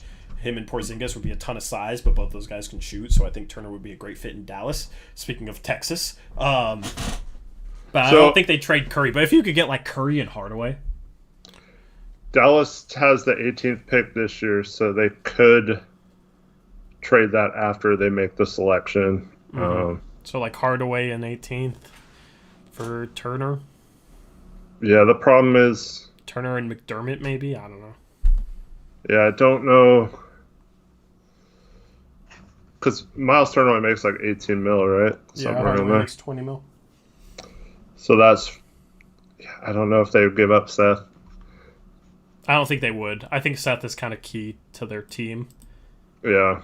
But like Seth would be a guy that just fits well. I forget who controlled the Pacers, but they did a Seth good would job fit well in a lot of teams. Yeah. But like you'd preferably want like big guards that can like handle the ball as well, that could kind of play some point, because Seth isn't really like a true point. He's a combo guard, but he has the size of a point guard, so that's kind of the only thing with him. But like a guy like Brogdon has size to guard 2s.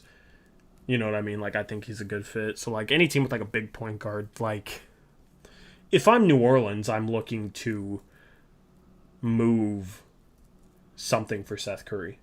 Because Seth Curry with Drew or Seth Curry with Lonzo, I think he fits perfectly with both those guys.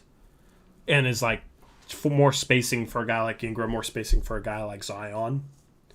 So, like, that's the thing, honestly. And you know what's funny is, like, people are like, wow, Dallas really gave Seth Curry $8 million a year for 4 years. That's crazy. That is such a bargain for what Seth Curry does. That is such a bargain. That's a phenomenal bargain. Seth would be perfect on Philly. Trevin mentioned that in chat. Yeah. The thing is, I don't think Dallas gives him up unless they... Oh, yeah, I'm not saying that. I just, and, like, Ben Simmons doesn't really fit there. Philly could really use a guy like Seth Curry next to Ben Simmons as the point, but he could guard. Why didn't New Orleans sign Seth Curry instead of JJ Redick? Why didn't Philly sign him instead of Al Horford?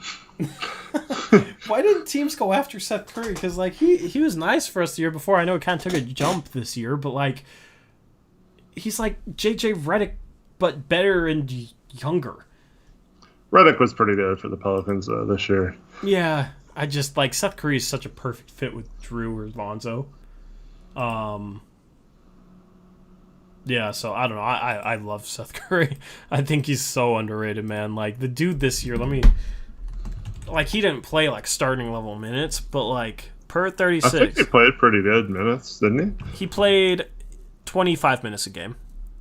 And got them 12.4 points per game, shooting 55% inside the arc and 45% from three. Dude, he's automatic from three. True shooting percentage was 64%.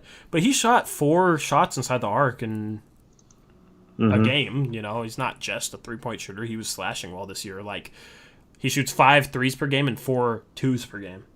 So it's not like he's only a three-point shooter. And per 36, he got them 18 points per game on that efficiency. Like, and he defends well. Like, he's so underrated of a defender. Yeah, Eric Olson. Philly could have re-signed Redick and got Seth Curry instead of Al Horford. Why did... Bro, why? Then they'd have shooting for days. They wouldn't have to worry about it. Yeah. That is a perfect example of not going after players whose skills mesh well with your stars. That's a perfect example of going after a player. Like, I get it, like, Horford can shoot threes, so, like, you know, he should be able to mesh, but, like, you don't really... He's not like, a power forward, though. And yeah, with a guy like Simmons, you don't really need, like, a passing big. With a guy like Simmons and Embiid, you don't really need a passing big. And you don't need a big who's, like, kind of a questionable three-point shooter. Like, he's not, like... He wasn't a guy that you'd necessarily expected to remain at, like, the efficiency he was. He's getting up there in age. And he's not a guy you want guarding power forwards. And he's getting up there in age, and he's like a center. So defensively, it's not a good fit. So, and you're paying him that much money for that many years. That was such a terrible move in hindsight. And yeah, if you just went out against Seth Curry and JJ Redick, like, so much better for the team, even though going into the season, they weren't looked at as, like, more productive than Horford.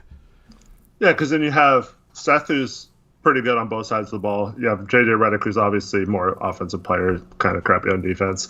And then you have the opposite in Thibault, your rookie, who is great at defense and not great on offense at this point. So, I don't know. I really like that lineup with if you had your starting lineup is Seth Curry, Ben Simmons, JJ Redick, Tobias Harris, and Embiid. That would have been sick. Yeah, this year. Especially because, think about it, like, Seth Curry is, like, the size of a point guard, but he's more of a shooting guard, right? But, like, Ben Simmons is a 6'10" point guard. So defensively, you can go, like, okay, Curry guards point guards. JJ Redick guards shooting guards. Tobias and Ben Simmons guard forwards, you know? Like, Simmons can take the best forward. And then you have Embiid on centers. But offensively, it's more like Simmons is the point guard. The, like, two, like, wing off-ball players are Redick and Curry. And then you have Tobias as an off-ball guy, and you have Embiid. Like, offensively, I think that's perfect. Perfect fit. Like, I'm mad. Why are we better than NBA GMs? I don't know, man. I don't know, bro. I honestly think, in terms of, like, making moves and surrounding, like, in building teams, me and you would actually be like decent at it at least. I hate that argument too. Well, you're not an NBA GM, so you don't know what you're talking about. How do we be okay, Eric? How do we become NBA GMs, man? I don't know. How do we do it? I don't know. We need to like kiss up to Olshey and like get in a circle somehow. How do we do it? We're too smart to not be NBA GMs, man.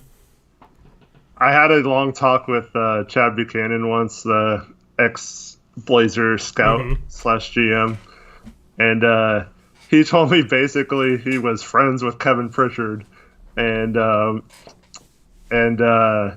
Kevin Pritchard had played in college. I think he played at like Kansas or someplace like that, and he kind of got into coaching because he was a pretty good player or whatever. So like you get connections that way.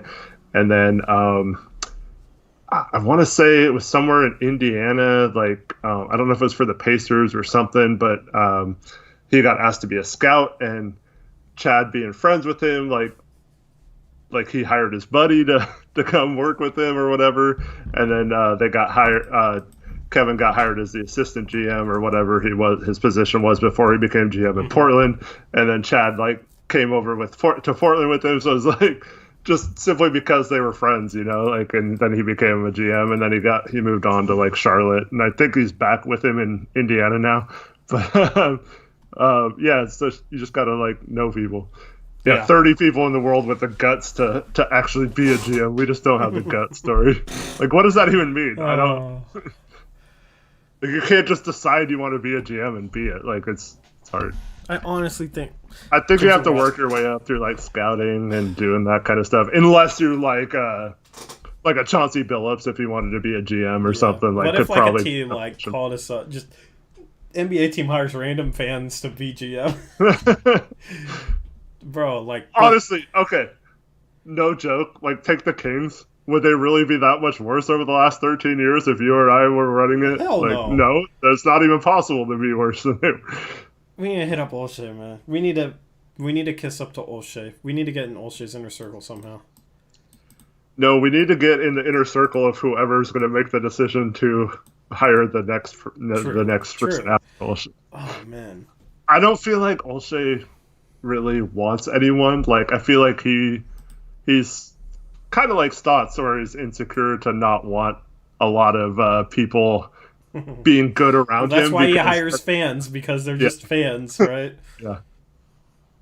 But I feel that. I don't know, man. Like, we, in terms of like knowing NBA players and scouting and building rosters, like, I think we could actually like hang with NBA GMs. I don't know, because there's so many GMs where it's just like, what the hell are you thinking? Yeah, a lot of the politics and contract negotiations, stuff like that, I might not know what to do. Or, like, I'm not saying I could just step right in. That's why I said specifically, like, in terms of like roster construction. I would love to be an assistant GM for a while, just where you can find out everything that teams are talking about, who's calling you and offering what, and what guys are available, and kind of run just like crazy, like knowing the inside information on top of all of our knowledge about trades and players and all that stuff. That would be so fun. Mm-hmm.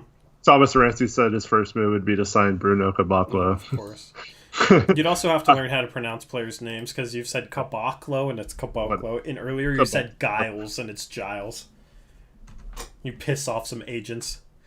Yeah, I'm interested in your player, Harry Giles, and they'd be like, his name's Giles. Hang up. No, I know, but I always said Giles, and then I heard a Sacramento broadcast call him Giles all year, so Really? I'm not sure about that. Yeah.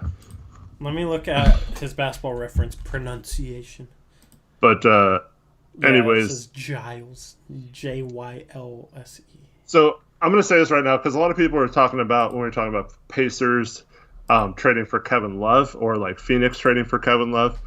So I'll tell you right now, he'll be just like Horford if he gets traded to a team that has an established center, like the Pacers or the Suns or whatever. Like, because he is not good enough anymore to play power forward in this league. But he's also, much like Horford, not really like a rim protecting center anymore at this point of their career. So I would not make that move for a Kevin Love for any team that is expecting him to play power forward in their offense. Yeah, Kevin Love doesn't fit on a contending team unless he's coming off the bench at this point, honestly. Yeah, but he makes Um, like over 30 million, so you can't really do that. yeah. Kevin Love, I think, will just. I think he'll be in Cleveland all throughout next year. I don't think they can get anything worth trading him for, so I think they'll keep him around and, I don't know, maybe try and bring LeBron back after. Cleveland trades for Westbrook. That would be such a Cleveland thing to do. Like Westbrook and Sexton in the backcourt would be so entertainingly bad. Oh my goodness. Just talk about the two biggest spazzes in the league. That's Colin Sexton and Westbrook, man. That's that would be so funny. Who else is like a big spaz? I need like Like I forwards. said, Julius Randle. Julius Randle. I want that so badly. Westbrook and Randle would be a comedy on a nightly basis. Okay, yeah, they need to trade Kevin Love for Westbrook.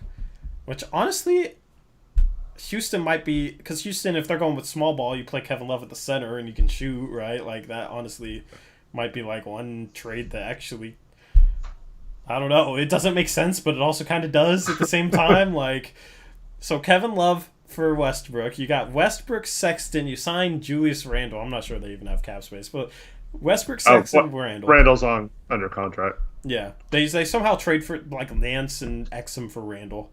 Okay, so you got Randle, Sexton, Westbrook. Who else would be entertaining with those three? Trying to think of a good center. Keep Tristan Thompson. J.R. Smith, yeah, they got to bring back J.R. Smith and Dion Waiters. Mm-hmm.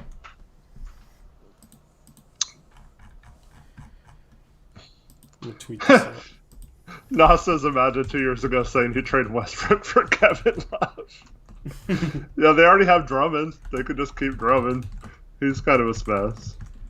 Oh, I got it. Who? The ultimate center for that team. Who? I can't believe we didn't think of this right away. Who? We got shooters! Sniper! Oh, Whiteside? Oh my goodness, yeah. Yes. Dude, Westbrook, who's their small Sexton, forward? Julius Randle and Whiteside? Dude, this is awesome. Come on. Who's their small forward, though?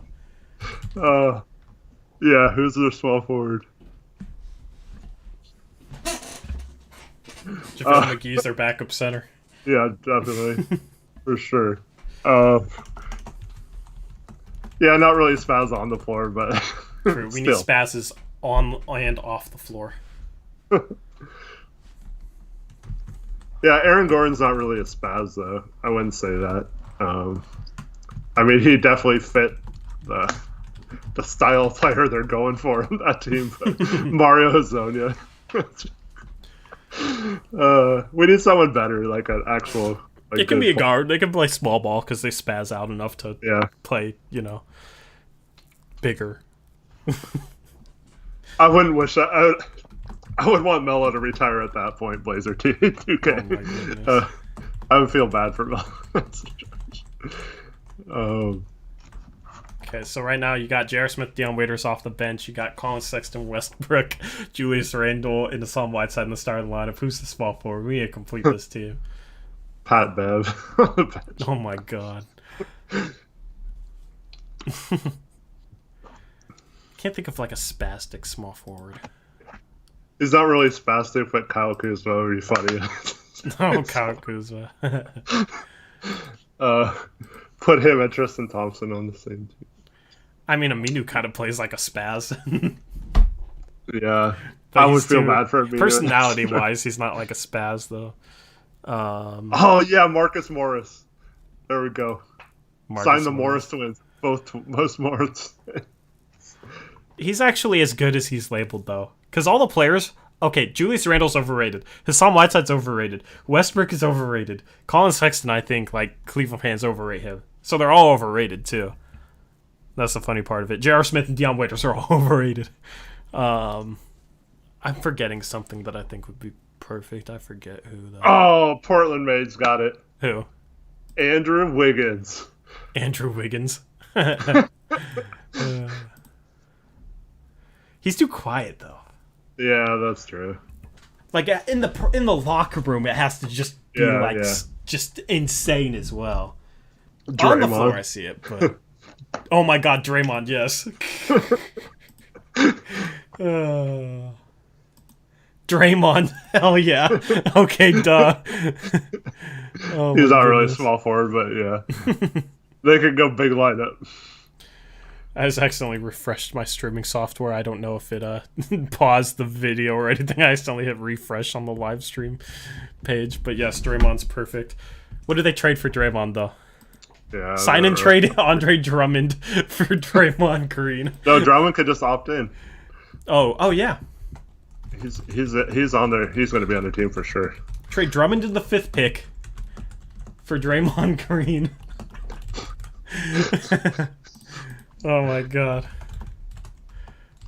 And then you take LaMelo Ball in the draft. You move up somehow and take him. No, they're selling the perimeter. They got J.R. Smith and Deion Waiters. So you got Sexton, Westbrook, Draymond, Randall, and Whiteside. And then you got J.R. and Deion off the bench. I feel like Clinton Portis. You bring Chris Anderson out for Bobby Portis should be on that team too, even though he's on New York as well. But you bring Chris Anderson out of retirement to be the backup setter. Yeah. Bring Delonte West back out of homelessness. Oh my God! Okay, we're getting way out there. DeMarcus Cousins. Ooh, that's interesting. Tyreek Evans off his suspension if he gets reinstated. Tyreek Evans. That's a good one. Thomas Reyes. Lance Stevenson. That's also a good one. Oh, Lance. Lance is their backup small forward. He can blow kisses in people's ears. Come back over from China. Okay, I'm putting Sexton as the point guard and Westbrook as the shooting guard.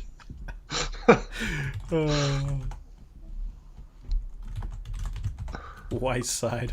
I'm tweeting this out. That's why I'm typing. Chris Paul's like too smart of a player to. Nas, why would you want? I'm assuming you're talking about someone else, Nas. Who do you say? We keep saying Devin Vassell, but like, why would you wish that upon your favorite draft prospect? I know, he's obsessed with them, man. Deion Waiters. Wait, Lance. I feel like we're missing a wing that would be perfect. I mean, we got Draymond's the starting 3, right? So, yeah. And then Lance is you got Sexton. The point guards are Sexton and J.R. Smith. The shooting guards are Westbrook and Waiters. The small forwards are Draymond and Lance. The power forwards are Randall and Portis. And then the centers are Whiteside and Birdman.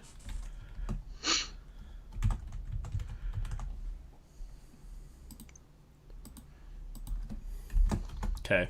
It's the best tweet I've ever tweeted out. Oh my goodness. So that's the squad right there. That would be nice. That would be must-watch television, bro. I would hope they get marquee games. That's good. He's on their two-way, Marco. Who? LiAngelo Ball. LiAngelo Ball. Oh my God. Is their two-way player? Oh my God. The thing is, like, I could see the Rockets maybe doing Westbrook for Kevin Love. I could maybe see, if you, like, threw in, like, a future pick, maybe see the Knicks doing, like, Randall for a pick, Nance and Exum. Even the Warriors, like, if they didn't really care about keeping Draymond, if they could get Drummond in the 5th overall pick, and then that helped them trade for Giannis or something, the 5th and the 2nd pick or whatever. Yeah, I want this to happen. Yeah, maybe you just trade because New York's trying to move up, so you swap 5 for 8, maybe. Yeah. Oh my God, man! What a team. That would be must-watch TV, though. Would that would that team contend for the 8th seed? Would it? It would contend for like disqualification at some point for something. Yeah. Oh my god, man! You would have locker room like brawls with that team. That'd be so funny. Westbrook and Draymond just together just sounds terrible, man. Yeah. Trevin, we're trying to put together a horrible team, but we're trying to put together a team of spazzes and like a team of just like characters, just the most colorful characters in the league. You know, in our mock-off season, Julius Randle and Russell Westbrook are on the same team. And it's the Toronto Raptors. It's so random. Oh, yeah. Somebody screwed up the Raptors. No, actually, well, I'm going to say this goes for Houston, I guess, more than Toronto. But did AM actually win that trade in hindsight? Who? What was the trade? He traded Kyle Lowry, or Westbrook for Kyle Lowry. Actually, yeah. That might have been a dub for poor AM. We gave him so much crap. But honestly, yeah. Yeah, in hindsight, yes. Honestly, it would be kind of fun to like run it back with the mock-off season. We still have to do it, yeah. What'd you say? Still should, yeah. Like not even simulate, just like run it, like restart it. And do it. Well, we have plenty of time to do that in the off season, but we should at least see how our teams did in this one first. Yeah, it's just so much work. I could maybe simulate it, but without doing all that I was planning. You know what I mean? Yeah. Because like players, like players have different stock now than they did. You know what I mean? And like I feel like people learned from it, so maybe I don't know. And people know more about draft prospects now, and now we know what draft prospects are in the draft. Like. Someone run that squad in 2K, the Cleveland team. We'd have Westbrook, who's like a 90 overall. You'd have Whiteside, who's like an 83 in the new 2K. You have Randall, who's like an 80. Sexton's like an 80. Sim-wise, I don't think it would do too bad. Jason says Chris Brown can be their celebrity super fan. Oh my god. Oh man. That's the funny thing is though, like none of those guys are really criminals, I don't think. You don't really have criminals in the NBA anymore, which is a good thing. Is there one criminal in the NBA? Like,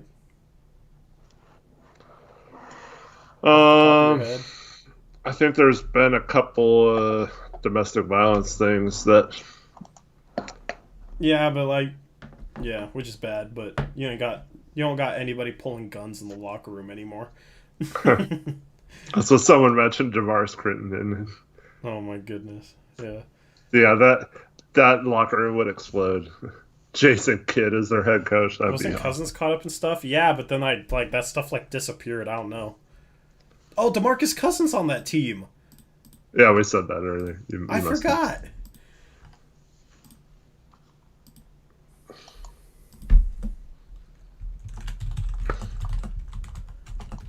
DeMarcus Cousins is the backup center.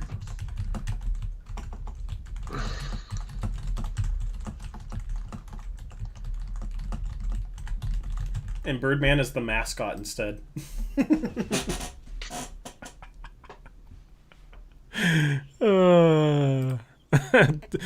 DeMarcus Cousins is the backup center instead of Birdman, and Birdman is the mascot. What about Josh Jackson on that team?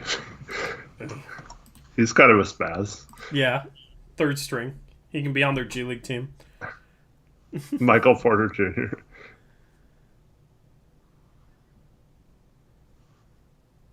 Michael Porter Jr. He would really make that team bad. Then that team would like legitimately be bad, so maybe that's a good fit if we're trying to make him as bad as possible. I could see that team, like those guys on the team, him coming in there and being like, "Oh, so you know this is just population control, right?" And all the guys being like, "Oh yeah, that's a good point."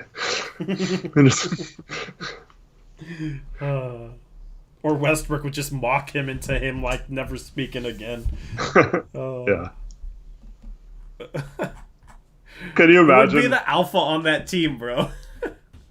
Dude, it would for sure be Westbrook. Whiteside would be like end up being the quietest player on the team because he's like just like naive and like childish, you know what I mean? And they would just like he wouldn't be able to keep up with all the just crap there.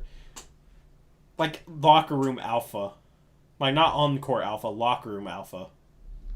Yeah. Because you got Lance there. You got it'd probably be Draymond. Yeah, but like Westbrook probably ain't having that. And like Lance probably ain't listening. And DeMarcus is the biggest MFer there. And Bobby Portis has actually like punched a teammate before. Can you imagine Westbrook in the locker room after hearing that interview with Michael Porter Jr. about how Westbrook and Draymond need to pass him the ball? You'd hear like Michael Porter Jr. Yeah, you'd hear Michael Porter Jr. reportedly brought a female into his room and has been kicked out of the bubble. In actuality, he's like in the hospital for like 2 weeks, like in a coma. Yeah. But anyway, I do want to talk about. It's gonna be weird to transition back to like a normal conversation after this, but I want to talk about Nassir Little before we wrap up the stream. I think this will be a good clip segment. So, our Jeremy Grant segment might be a good clip one too. Yeah, I was thinking that too. I might have 2 clips to post, but so for Nassir Little, I know a lot of fans are getting excited about what he could be next year. Let me search this because I did post a poll and it's going to be in an upcoming episode of Blazers Pulse. It was in the community tab of the Blazers Up Rest channel. And one of the questions I asked was what young player is going to have the best career. So I don't know what the answers are to that. I guess I'm going to spoil it. Nassir Little was the favorite. Let's just say that, and I'll make the Blazers Pulse episode and talk about this poll, but I wanted to kind of focus on Nassir Little more in depth than I will in that video. And I feel like Nassir Little, just in terms of the fan excitement, is this year's Anthony Simons. And I'm worried that Nassir Little, if he like isn't amazing next year, that fans are going to kind of turn on him. You look at the way fans talked about Anthony Simons going into this past season and how high everybody was on Anthony Simons. Like, oh my God, he's going to be the next Dame and CJ combined, and how high everybody was. And Olshey was high on him as well, so Olshey didn't help Anthony's case there, but everybody was super high on Anthony. And I think with Anthony, with him struggling, it's kind of like swung a bit more the other way. And maybe I'm lumped in that crowd for you, but I think it's kind of swung past where like now he's almost like a little bit underrated by the fan base, and you have a lot of people saying, "Oh, Anthony's never going to be anything," like blah blah blah. You know, a bunch of negativity towards Simons because Simons didn't live. Just up. Cut him. Mm-hmm. Simons didn't live up to their vast expectations, right? Going into next year, I think the expectations for Nassir Little are going to be so extremely high that Nassir Little, especially if we have a good bench, that is going to be hard for him to crack. I think that it's going to be hard for Nassir Little to live up to the expectations that fans have for him going into next season, because there is so much hype around him that isn't based around anything Nassir Little has actually done. It's based on like the idea of what he could be. And anytime you base your expectations and like hype up a player just based on like the idea of what he could be and not off of like what he did in his rookie year, I feel like you set yourself up to be disappointed in year 2, if that makes sense. Yeah, I think a lot of, especially on Twitter, we got guys like Trevin and people in this chat right now that it's almost like sarcastic. I know they do really like Nas a lot, but it's just like I never really take anything they say seriously when they're like, oh, guaranteed 10-time All-Star or whatever, future MVP, that kind of stuff. So I don't know if I'm really seeing a lot of people so high on him. The other thing is he didn't have a game like Simons had in game 82 of the season before, where he scores 37 and 9, and everyone's like, oh my goodness, this is like the greatest player of all time, and then you have Olshey hyping him up all summer. I think Olshey probably learned his lesson from last summer about not to put the chicken before the egg type of thing, where you don't want to hype up a player so much that it's impossible for him to live up to those expectations. But I haven't really seen a lot of people just over their skis in a completely 100% serious way about that. I guess you're not really seeing the same stuff I've been seeing, because I've been seeing fans just think like, oh, maybe we should start Nassir next year. Like I've seen a lot of fans suggest playing Nassir 25 minutes per game, and that he'd really help our team next year. And like, if he doesn't play 20 minutes a game, they're going to be mad, and like, just expecting him to be a really good player, almost expecting him to have the jump that Gary Trent Jr. did going into his second year. But the thing is with Nas is, like, I still think he's like 2 to 3 years away from contributing to an NBA team. So maybe I should base this conversation more around just kind of my expectations for him. I just feel like fans are expecting him to be too much too early.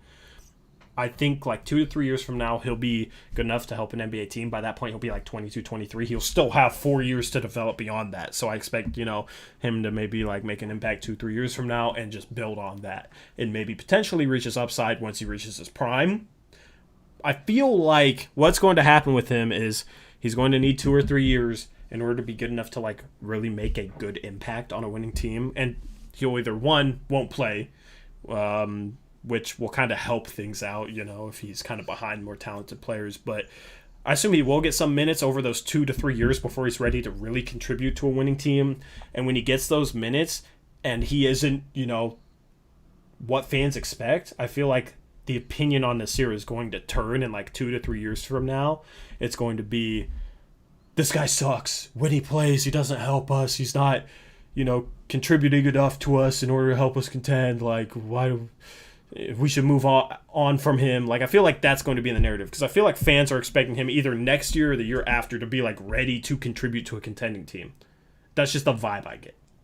Man, I don't see that at all. I don't know what we're looking at that's different, but different sections of the fan base. I guess there is a section of the fan base out there that thinks that, and maybe it's not even next year, but like, I still feel like it's going to take more time than people are willing to give him. Yeah, I mean, we saw when we both said this when he was drafted, he's more of a project than ready to go. We were surprised he even got minutes this year. It was mostly because of injury, but I will say he did impress me with the limited minutes he did play. He did, like, his stats were terrible. If you just look at his basketball reference page, you'd be like, why is anyone thinking this guy's going to be any good? Same with Simons, to your point. But I felt like right now he could have given us some defensive energy and like a little bit of one-on-one defense that this team was really lacking. It was unfortunate he wasn't able to play in the bubble and had the head problem or whatever. But I really think, like, we saw him against Siakam this year, like, completely shut him down. I feel like he could get some spot minutes and become a defensive stopper type situation, maybe like this person was a horrible person, but like a Ruben Patterson type player for us from the Jailblazers era, and just really focus on that. And then on top of that, you look at during a season, anytime you see a guy change his shot that much to where it looks infinitely better than it did at the beginning of the season, he's obviously working really hard on that. So I'm kind of encouraged both from what I saw and the fact that it seems like he is a really good hard worker. I don't know if that'll translate, like you said, to playing in the next year or two. I don't think he should be the starter next year. If he is, we're in trouble probably. Yeah, but yeah, I just want to go off of what you said, right? So yes, he has like shown flashes, but the problem is they're like small flashes. You look at him, 23% from the 3-point line his rookie season. Obviously, he changed his shot and shot a little bit better, but he still wasn't like a good shooter by any means, right? Right. Wasn't doing anything off the dribble. 4.5 fouls per 36 minutes. So like he had some flashes of playing good defense, but still like in other spots like struggled, and in other spots fouled a lot. So that's the thing, is like when a guy's a rookie and taken late in the first round, has hype, and isn't expected to play, and then ends up playing a little bit because of injuries and stuff, like, people are gonna just, expect him to suck, and then any little flash they're gonna get excited about, which, like, I did too, you know what I mean? But you also have to keep things in perspective. He's still so far away in regards, in a bunch of different regards. And the thing is, if you get too excited about those flashes, I feel like fans are going to expect too much too soon because they get too excited about those flashes. And when you just look at the talk surrounding Collins and Simons right now, I feel like it's very likely that, like, kind of like the tone surrounding Collins, because, like, there's so many fans that just already given up on Collins after year 3, when Collins was just as young as Little coming into the league. Only played 2 years. And everybody was saying, like, Collins is a bit of a project, right? And he was injured all year this year in his 3rd season, so he's only really played 2 years, and fans are already like, oh, done with Collins, right? Even though going into the season, everybody was super excited for him. Right? You look at Simons, like, there's some people out there that are just like, oh, Simons just sucks, like, he's overhyped, like, just so negative on Simons after his 2nd year when he didn't even play a year of college, so he's only played 2 years after high school, right? But everybody's excited about Nassir right now. I feel like the conversation surrounding Collins and Simons at some point is going to move on to Nassir Little too, because he's not going to do enough for people to satisfy them quick enough. Maybe, yeah. It's just, I think too much pressure. The difference between that is Anthony this year was expected to be the backup point guard and really take a hold of that role, basically be what Seth Curry was the year before. If we talked about Seth Curry earlier in the stream, he was amazing in that role. It would have been near impossible for Anthony to play as well as as Seth Curry did for us. Or as good as Seth Curry did this year, and then you look at him and we kept Ant for this guy, so that kind of puts even more pressure on him to develop quicker, and I don't know if that's necessarily fair, but Collins was also supposed to be our starting power forward. He had all this hype, being the power forward of the future, a pillar of our future and all that stuff, a franchise core player, as Olshey put it. So I don't think that will transfer on to Nassir. You don't. Well, so if you look at Olshey's history, if you look at Olshey's history, like, he has tried to, like, give roles to young players in their 2nd or 3rd season. Like, he did it with Collins, he did it with Simons. I assume he's going to do that with Little. Like, maybe not this year, but, like, next year, like, they'll have moved on from Ariza and they'll put Nassir Little in a role, like, in his 3rd season, where Nassir probably isn't going to be ready his 3rd season. Yeah, I don't know if it's hard to tell, like, if he'll be ready his 3rd season, because, like you said, when Collins was drafted, he was not supposed to play for several years. He ended up contributing a little bit towards the end of his 2nd year, and then was supposed to take a huge jump in his 3rd year. We saw a guy like Layman take a jump in his 3rd year. Trent actually took a jump in his 2nd year, but he's a little more polished, maybe coming out of college, than some of those other guys. Mm-hmm. But I don't think it's that out of the realm of possibility to say, Ariza's 36 or whatever, however old he is. You say you let him continue to be the starting small forward for this year. You let Nas develop. If he's good, then you plug him in 3rd year. Maybe he's ready to take that next step. If not, you try to move Ariza for a small forward that can be our small forward going forward after that. But here's what I'll say to that, though. Like, it doesn't seem like Olshey really, like, Olshey has had Simons be our backup point guard, even though he wasn't ready this year. Like, wasn't close to ready. Collins, his 2nd year, I'm not sure Collins was, like, ready going into the start of his 2nd year, but Olshey made him the backup center and got rid of Ed Davis to do so. I don't think it will matter if Nassir Little is ready or not. I think at some point Olshey wants to get his, like, young draft pick in there no matter what. Yeah, I just don't... like, I understand he did that with those two, but maybe he learned his lesson from doing that. But even though that wasn't necessarily the plan from the beginning, like, there was something he saw in those 2 players to warrant him doing that, and something he saw in Stotts not being able to develop those guys if they weren't getting thrown into the fire and forced to be playing that. And I really think the Simon situation this year was we knew we were going to have Nurk most of the year and that this year was going to be a struggle anyway, so why not just throw him out there and try to see if you can speed up his development. We still don't know if that will end up paying dividends in the future or if Ant's just not good enough to ever become a good player. But if he does turn into a good player, you can always look back and say, he was not ready to play this year, but we gave him minutes, and look how it turned out for us. So I think the jury's still out on both Collins and Ant. Like I'm not discussing their long-term development. Yeah. You know what I mean? Because here's the thing with Nassir Little, right? The flashes I saw from him got me excited about his long-term development, like long-term. But it doesn't make me any more optimistic that he's going to be, like, ready to go in the short term, if that makes sense. Like, nothing he showed me this year was like, oh, yeah, this guy will be ready to contribute, like, 2 years from now.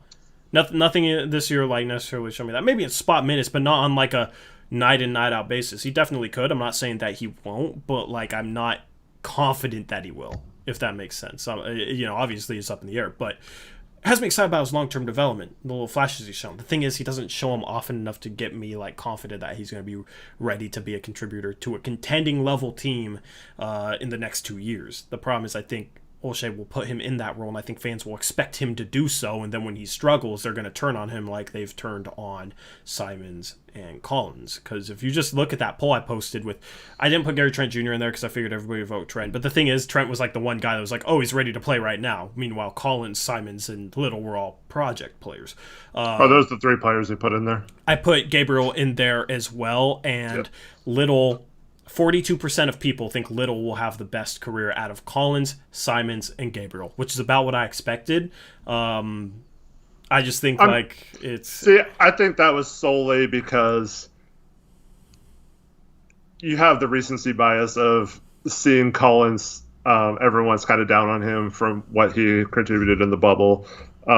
Simons really did not have a good season, and Little is just the flashy new toy. So, I think if you did if you did that same poll after the draft, I bet you whoever we pick at 16 would win that poll. It's just how it is. That's kind of my point. Like, once Nassir Little isn't the shiny new toy a year or two from now, and we have like some shiny new guy, and like Nassir Little's kind of struggling in that role, what's being said about Collins and Simons will be said about Little. That is what I believe. Yeah, I agree with that. I just don't see the same hype as Simons last year or Collins the year before. I'm not going to see that this offseason, whereas, we gotta let Ariza go or not pick up his contract because Nas is ready to step in and play right now. I don't really see many people saying that right now. Not this offseason, but next offseason. Next offseason, there will be that level of hype for him. There's going to be so much hype for Nassir Little going into his third year. Watch. I just got a feeling. But if there is a lot of hype next summer or next offseason, whenever that is, it'll be because he did something during the season to warrant that hype, though, right? But Simons didn't do anything his rookie year to warrant that hype outside like one game where he played 48 minutes. You know what I mean? Like, yeah, I know, but he still scored 37. Yeah, in so that you game. might have like a summer, like that game was like at summer level league, of a summer league game. So like Nassir Little might score 30 in a summer league game. And then, like, after that, people are going to be so hyped for him. You know what I mean? It doesn't take much. I think Little's more like Collins, where he's never really going to wow with stats necessarily. But, yeah, we need some glue defensive guys. I mean, we talk about summer league. Yeah. Didn't Jake Layman score 30 in summer league? Like, Jake Layman's like I don't know. He's more of a scorer, I think, but I don't know. I just think, I don't know. I'm going to post this as a clip on the main channel so that hopefully 2 years from now we can go back and maybe watch it just out of curiosity. Yeah. And I could be like, oh, look, I predicted this. Everything that's being said right now, I predicted it. I've been, I need to keep track of like predictions and stuff, you know, because I feel like, I don't know, this year in terms of like a lot of the predictions I had, I feel like I've been pretty spot on with some of it. Maybe not with how well the team did and how well they responded to injuries, but like Hazonia, I was not on board with him. I was so against the grain with Hazonia. Everybody was so bought into the hype. I don't know.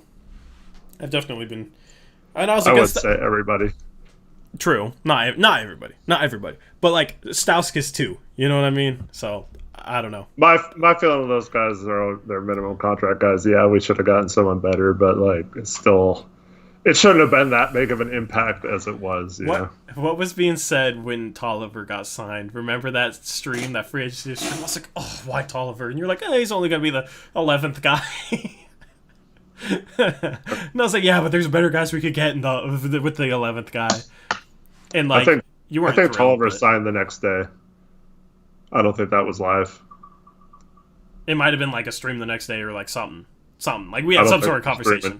I don't know. Maybe it wasn't, but we had some sort of conversation because I think we streamed later that day because we traded for Whiteside. But like that's the thing is like I don't know. I was not.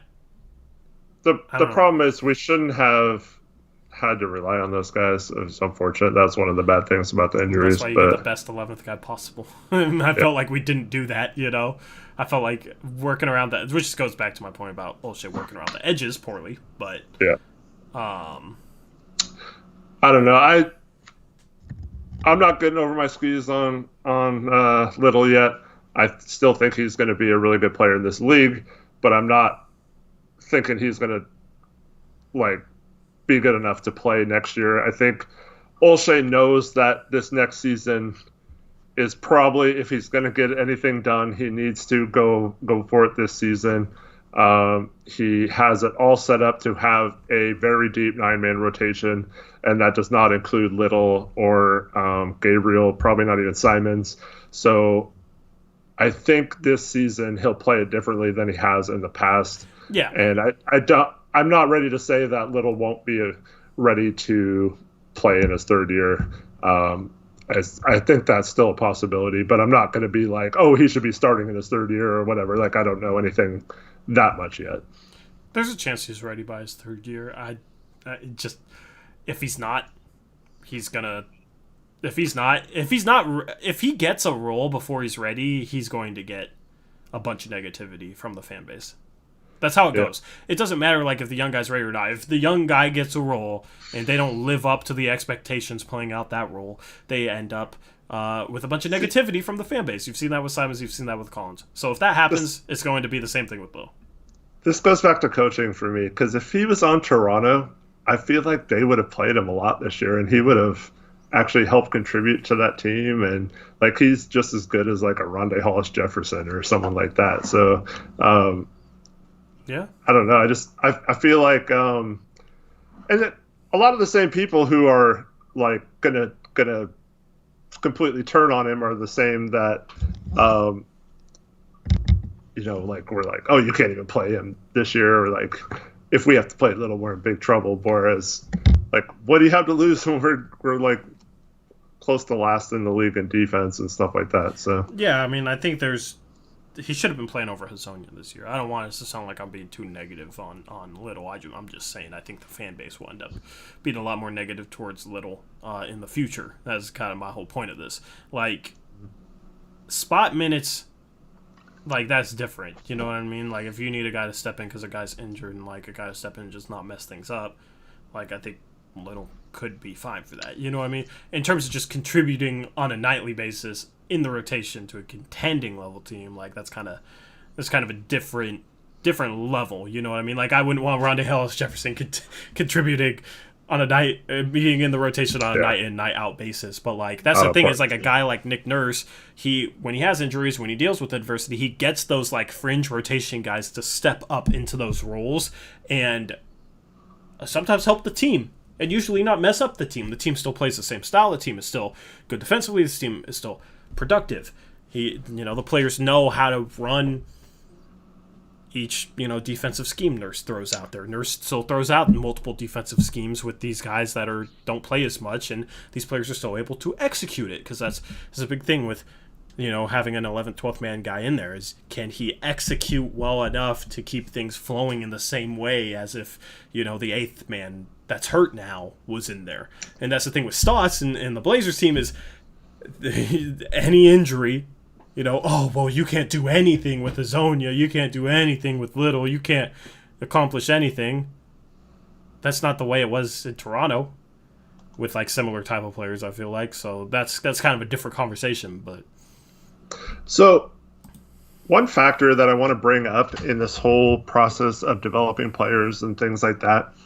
So for several years now, Portland hasn't had hardly any developmental time, meaning we hardly ever blow teams out.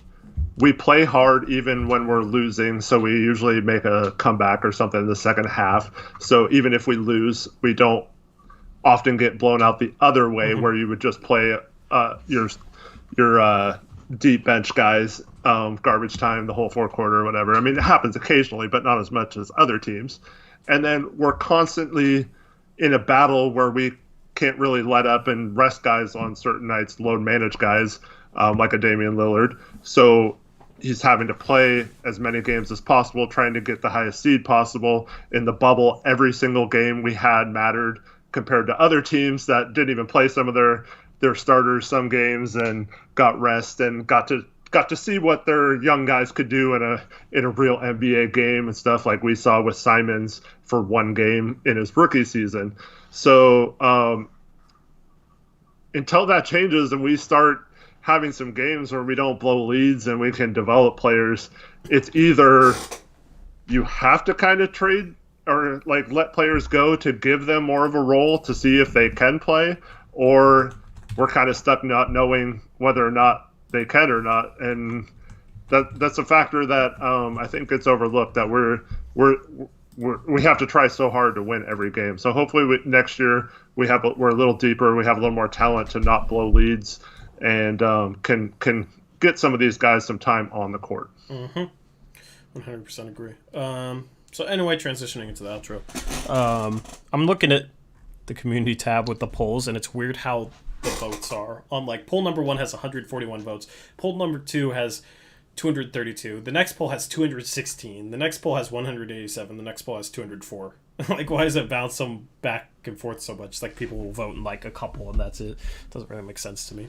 But if you guys want to go vote for the next episode of Blazers Pulse, there is the community tab link for you guys, because there are polls in there. I'm going to try and drop that Wednesday or Thursday, get the trade talk video out tomorrow, and like a clip segment out tomorrow or Wednesday. So should have content all week. And then, of course, the website is launching on Sunday. So I need to get together my writers and email some people back who are trying to write and kind of just get everything squared away. I'm going to go vote right now. Also, send me your messages in the Discord. Do I have any... Let me see here. Hold up. I forget. So...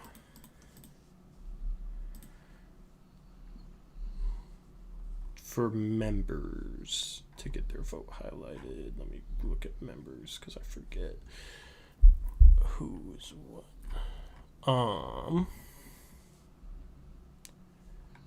Monetization, memberships. Okay. What do you guys remember? What tier level I said you could have your votes featured? Was that MVP tier, or was that? I gotta find it. I'm trying to find it right now. I need to, like, remember. Because I know I said I'd feature, like, your votes on Blazers Pulse and Blazers Pulse episodes if you're a certain tier.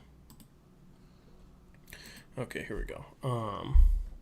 Oh, yeah, so superstar level channel members get their votes featured in Blazers Pulse. So we got 3 right now. I don't remember who the 3 are. Let me see.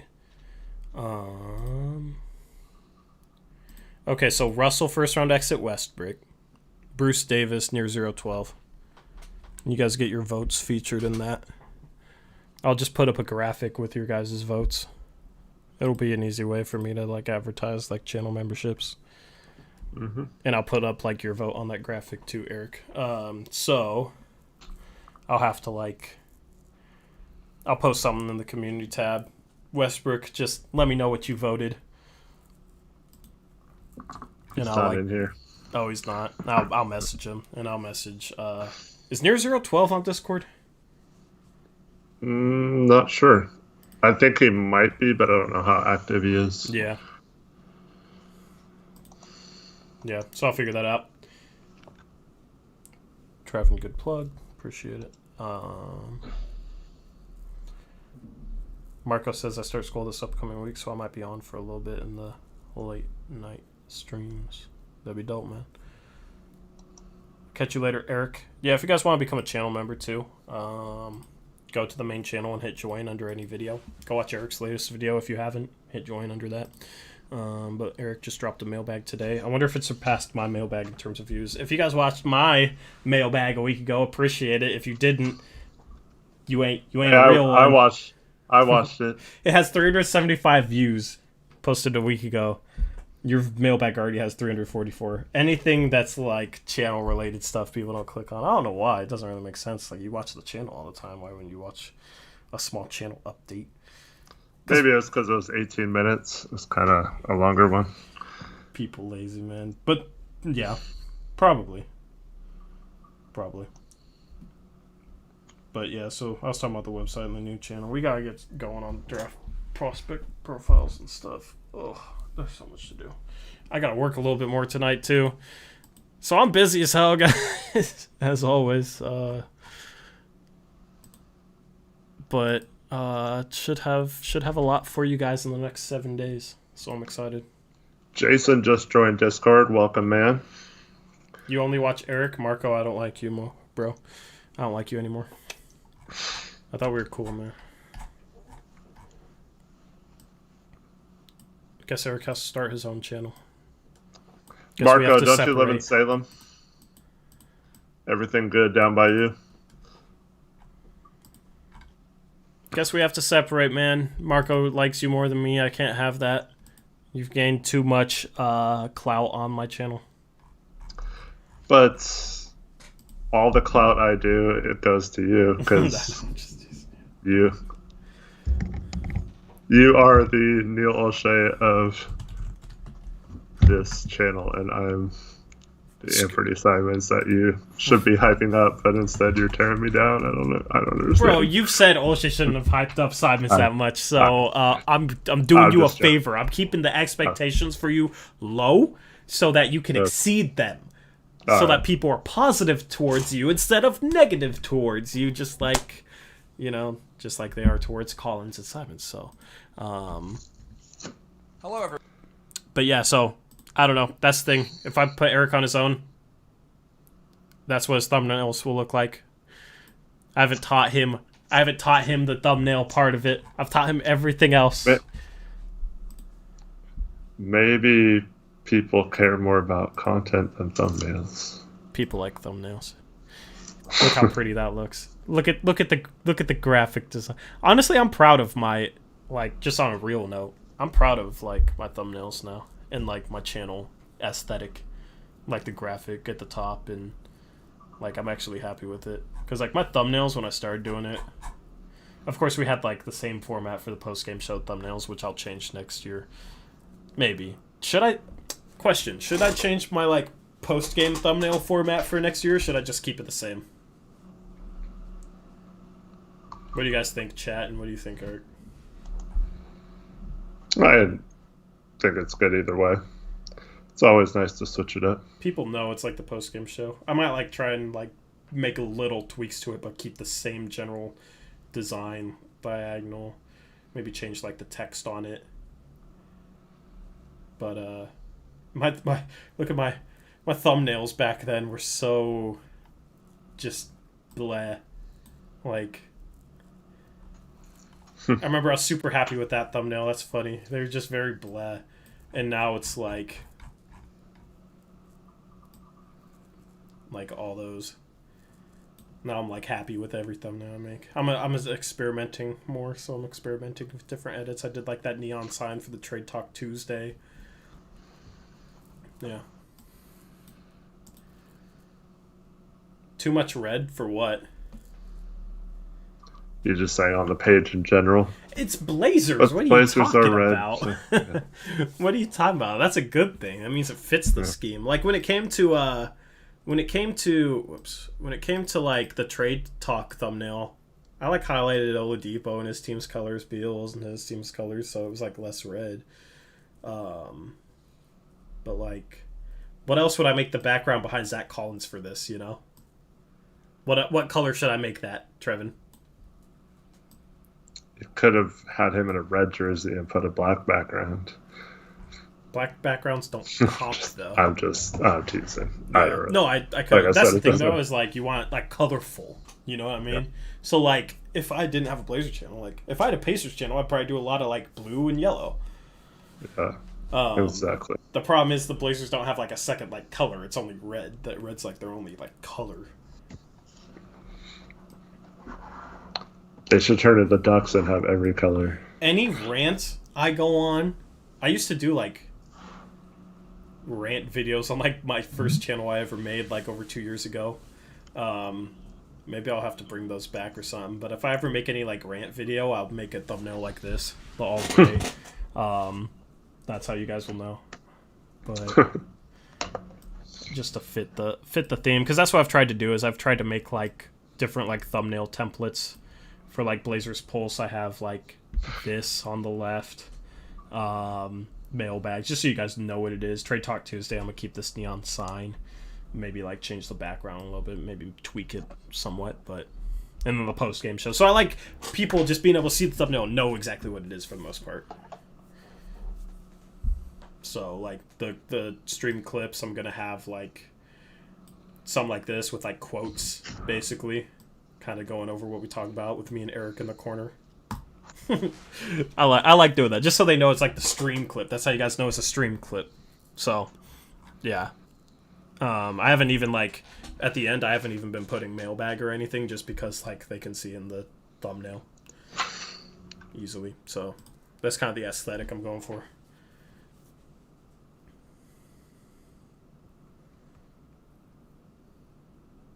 What were they saying about the post game thumbnail? They even respond to that. They didn't even give me no feedback. Nope. You started talking about the channel and you lost like 10 viewers and everyone fell asleep. People should screw off me. Fine. Channel's ending.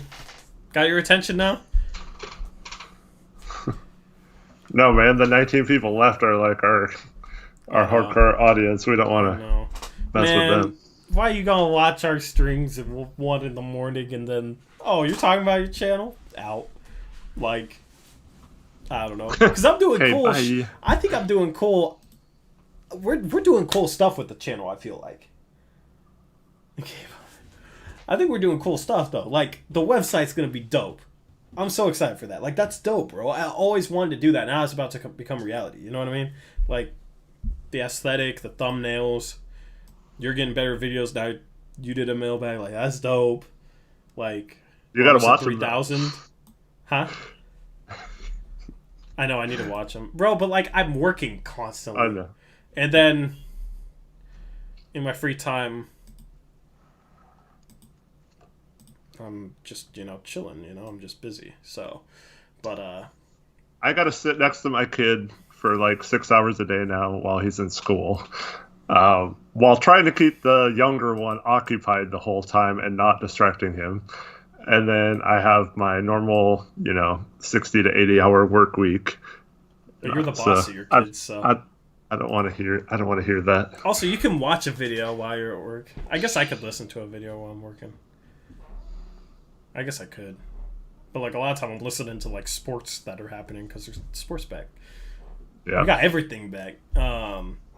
No, I just I forget because normally I don't watch my videos back, so it's weird. Like, oh, I gotta watch a video on my own channel because I haven't seen it yet. Which is well, especially since I didn't send them to you, I just posted them. No, it's just like I just forget. Like, oh yeah, I haven't watched videos on my own channel.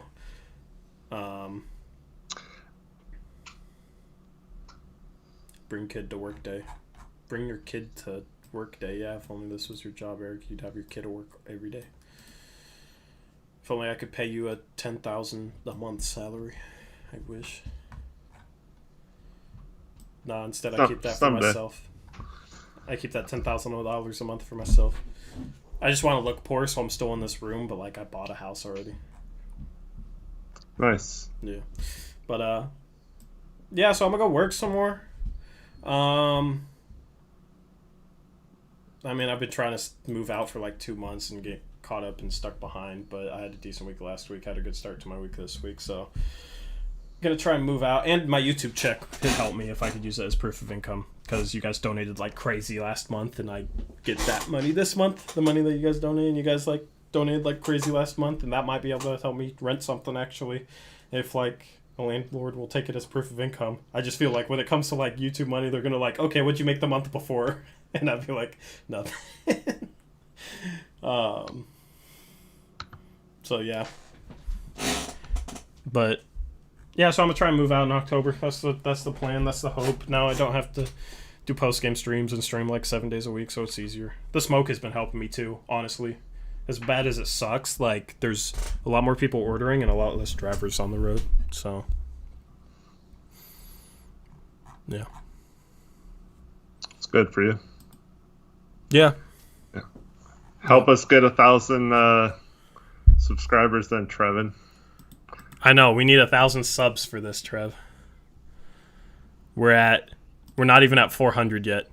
I got more. Okay, when I made Blazers Uprise, the main channel, I think I got more subs in the first 24 hours than I have on this channel right now. Like I got like 500 in the first day, or like first day or two, because I made the announcement on True Blazer Fan. But yeah, we're almost at 3,000 on the main channel. We'll reach that before. We're like 16 away, bro. I want 3,000. Don't go and make burner accounts to get me there. Yeah, I picked up a subscriber, I think, on when I did that stream the other night. Yeah, we gain like a subscriber or two every stream, but yeah, I don't know. This website, I'm nervous for it, bro. I'm excited though. It's just weird. I gotta figure out some sort of like strategy to like oversee it. It should help with getting people, because if we have traffic there, they might subscribe to the channel. Yeah, I'm just hoping. But if you're so busy, how are you gonna have time for the website on top of everything? Oh, writing's. I type so fast. You've realized that, right? I didn't mean writing. Like writing, I'm not. I can oversee it. I can oversee it while I'm working, while I'm doing DoorDash. Okay. Like I can help like oversee it. Shouldn't be too hard. I just gotta figure out like some sort of strategy for just how things are going to flow with everything. So still kind of nailing that down over the next 5 days, and then we'll launch, and then we'll get rolling.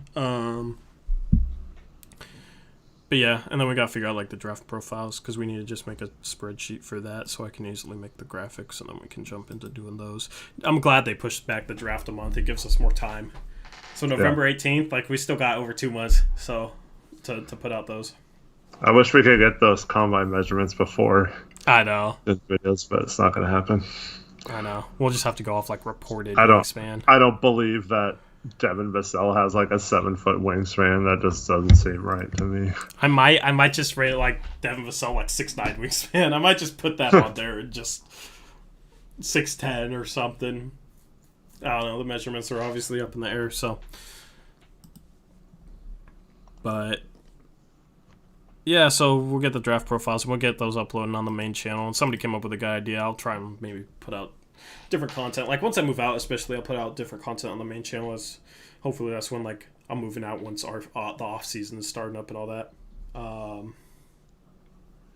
So I'll be able to like spend a little bit more time on it and actually have a bit of a studio. Because like one cool video idea I got from somebody was like analyzing coaching changes, because there's a ton, especially with like notable teams. So that'd be a cool video to do, is like upgrade or downgrade, or like a lateral move.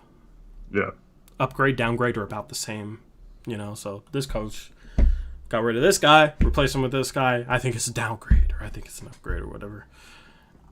The thing is, I just wish Terry Stotts was on that list. That would be an automatic upgrade. Unless we got like Billy Donovan. That's the thing. Like none of the coaches that are available I'm really high on. You got D'Antoni, Donovan, Brett Brown, Ty Lue's being looked at. Like I'm not high on any of them.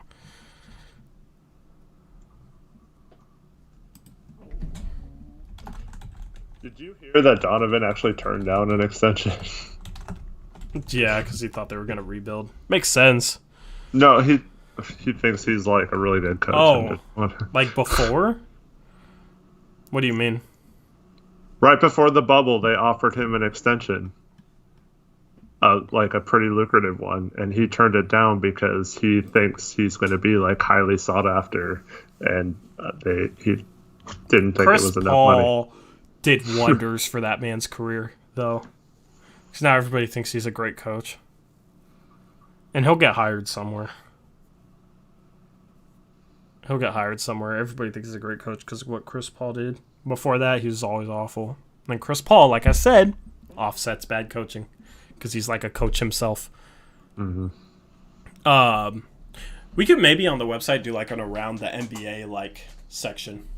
Yeah, that'd be cool. And just like, do random articles, probably some like trade stuff and that type of stuff. Yeah. Article about our Westbrook to Cleveland idea. I just want like, okay, so like when you go to news.google.com and then you go to, actually let me just go to google.com, and then you go like Trailblazers, and then you go to news section. So you got Blazers Edge, you got Oregon Live, I don't know what that is, where's Kita, but like Rip City Project. I want to end up in this section when I post stuff. Like when if I made an article about Nassir Little. Because I ain't going to listen to Aaron freaking Fentress, and nobody should listen to Aaron Fentress's thoughts on Nassir Little's development. Like, it's like strengths and weaknesses. Like, we watched him all season. We kind of know who he is as a player. I don't know how I'd structure, like, if I was talking about his development, but I feel like a lot of it is, like, telling you what you already know and then, like, some fluff. I don't know. This wasn't supposed to be bashing. I was just saying that I hope that we could somehow get ranked on Google News. Because that would do wonders for our platform, like our channel and our website. I think you can, like, advertise or pay Google to make it go up. I think that's how it works. Can you? I don't think that was a thing. Because that would... Oh, it's definitely a thing. Yeah, I do. Or I get offers for it all the time for my business. I wonder if that was made possible with the repeal of... What was it? Net neutrality. Because I don't think that used to be a thing, but I haven't really looked into like websites in the past 2 years, and it's always been a thing with the search engines. Like you can pay them to come up on the first page or whatever, or like pay them to like as an ad. You can do that too. So you can pay to have an ad come up first before anything comes up, or you can pay to have your stuff like come up in search results faster or I have to look often. into it because I don't think like Blazers Edge, Oregon Live, like these sites are doing it, but of course they are very well established. So yeah. I have to figure that out. Anyway, my voice is getting sore. It's probably due to the combination of the smoke that I've been breathing the past few days and then the stream. So hopefully the smoke clears up. We'll stream again on Thursday night. Got some content planned for you guys. Go watch Eric's video if you haven't. Other than that, I think kind of got everything out of the way. You guys know what's coming up. Excited for it. And I don't know. Normally outros are longer than this. This feels kind of anticlimactic to end with an outro that's just nothing. So I'll kind of ramble for a second. Anyway, why don't you make an Instagram to advertise? I actually have, like, there's a big Rip City page on Instagram that I might try doing some collaborative stuff for to like spread the channel. Yeah, we don't really do Instagram. If I had the channel Twitter, I would do more Instagram. Like I'd have a social media strategy put together for like everything, but I don't have the channel Twitter, so I almost just like don't pay attention to it, to like anything social media wise as far as the channel itself. Also, I hate Instagram. I'm not a fan of Instagram, so. But we do have one. It's just never updated. But I'm just worried more about the website. And then there's somebody with like 12,000 followers on Instagram, a Rip City page. He just messaged me back, gave me his number, so I might try and like advertise. I might pay for sponsored posts, honestly. Like just a little bit, not anything more than like $10 for a post or anything, but like if I could just get the name out there on Instagram, it might not even be us making our own like big Instagram page. It might be like going to Blazer pages that are already decent sized and getting them to post about our site launch or something. I'll be looking into that for the next couple days. Thanks for reminding me, actually, about Instagram. Yeah. Yeah, I boosted a few posts on Facebook for the business. Seems to work out pretty good. Yeah, I'll have to like look at a strategy. Pretty cheap. I need to come up with like a marketing strategy at some point. Like once this website's launched, I'm gonna look into like somehow marketing the channel more. Mm-hmm. Problem is, off season probably isn't the best time to do that. Leading up to the season, especially, it might not be like doing much until the start of the season, but leading up to the start of the season, I feel like is the perfect time to like maybe pay for some posts like that and market it that way. The only thing I'll say to that is I think a lot of people are interested in like an in-depth local draft coverage and stuff, which they don't get very much of. And the people who do it aren't super knowledgeable and stuff. So, yeah. Yeah. Yeah, I'll have to figure out a strategy for that after the website launches for sure. Yeah, kind of grind, I feel like that could do wonders for growing the channel. Reach people that aren't on YouTube or don't really like look for us, just so I need to figure out a marketing strategy for sure. Treat this more like a business almost, because it's like, I don't know if that's very businessy, and like the website, like I'm hiring people to write, you know what I mean? Like not hiring because it's not paid, because we're not really going to make anything off the website. And that's like a bunch of like legal stuff. So I'm just allowing people to write, but yeah, it's just, it's different. It's like, it's kind of crazy. Yeah, Blazer Tay 2K, we talked about that before we came on the air tonight, about like deciding what we do about an article, whether to make it a video or an article, and then maybe doing both having a link to the video in there and stuff like that. Yeah, because what would be good for like, Chris Middleton trade breakdown, like what would that look like? That would be a good video. That's something that like we've talked about doing, like, I don't know if we'll actually do it, but like a Chris Middleton trade idea article would be great. A Chris Middleton trade idea video would be great. You know what I mean? It'd be great as an article and a video.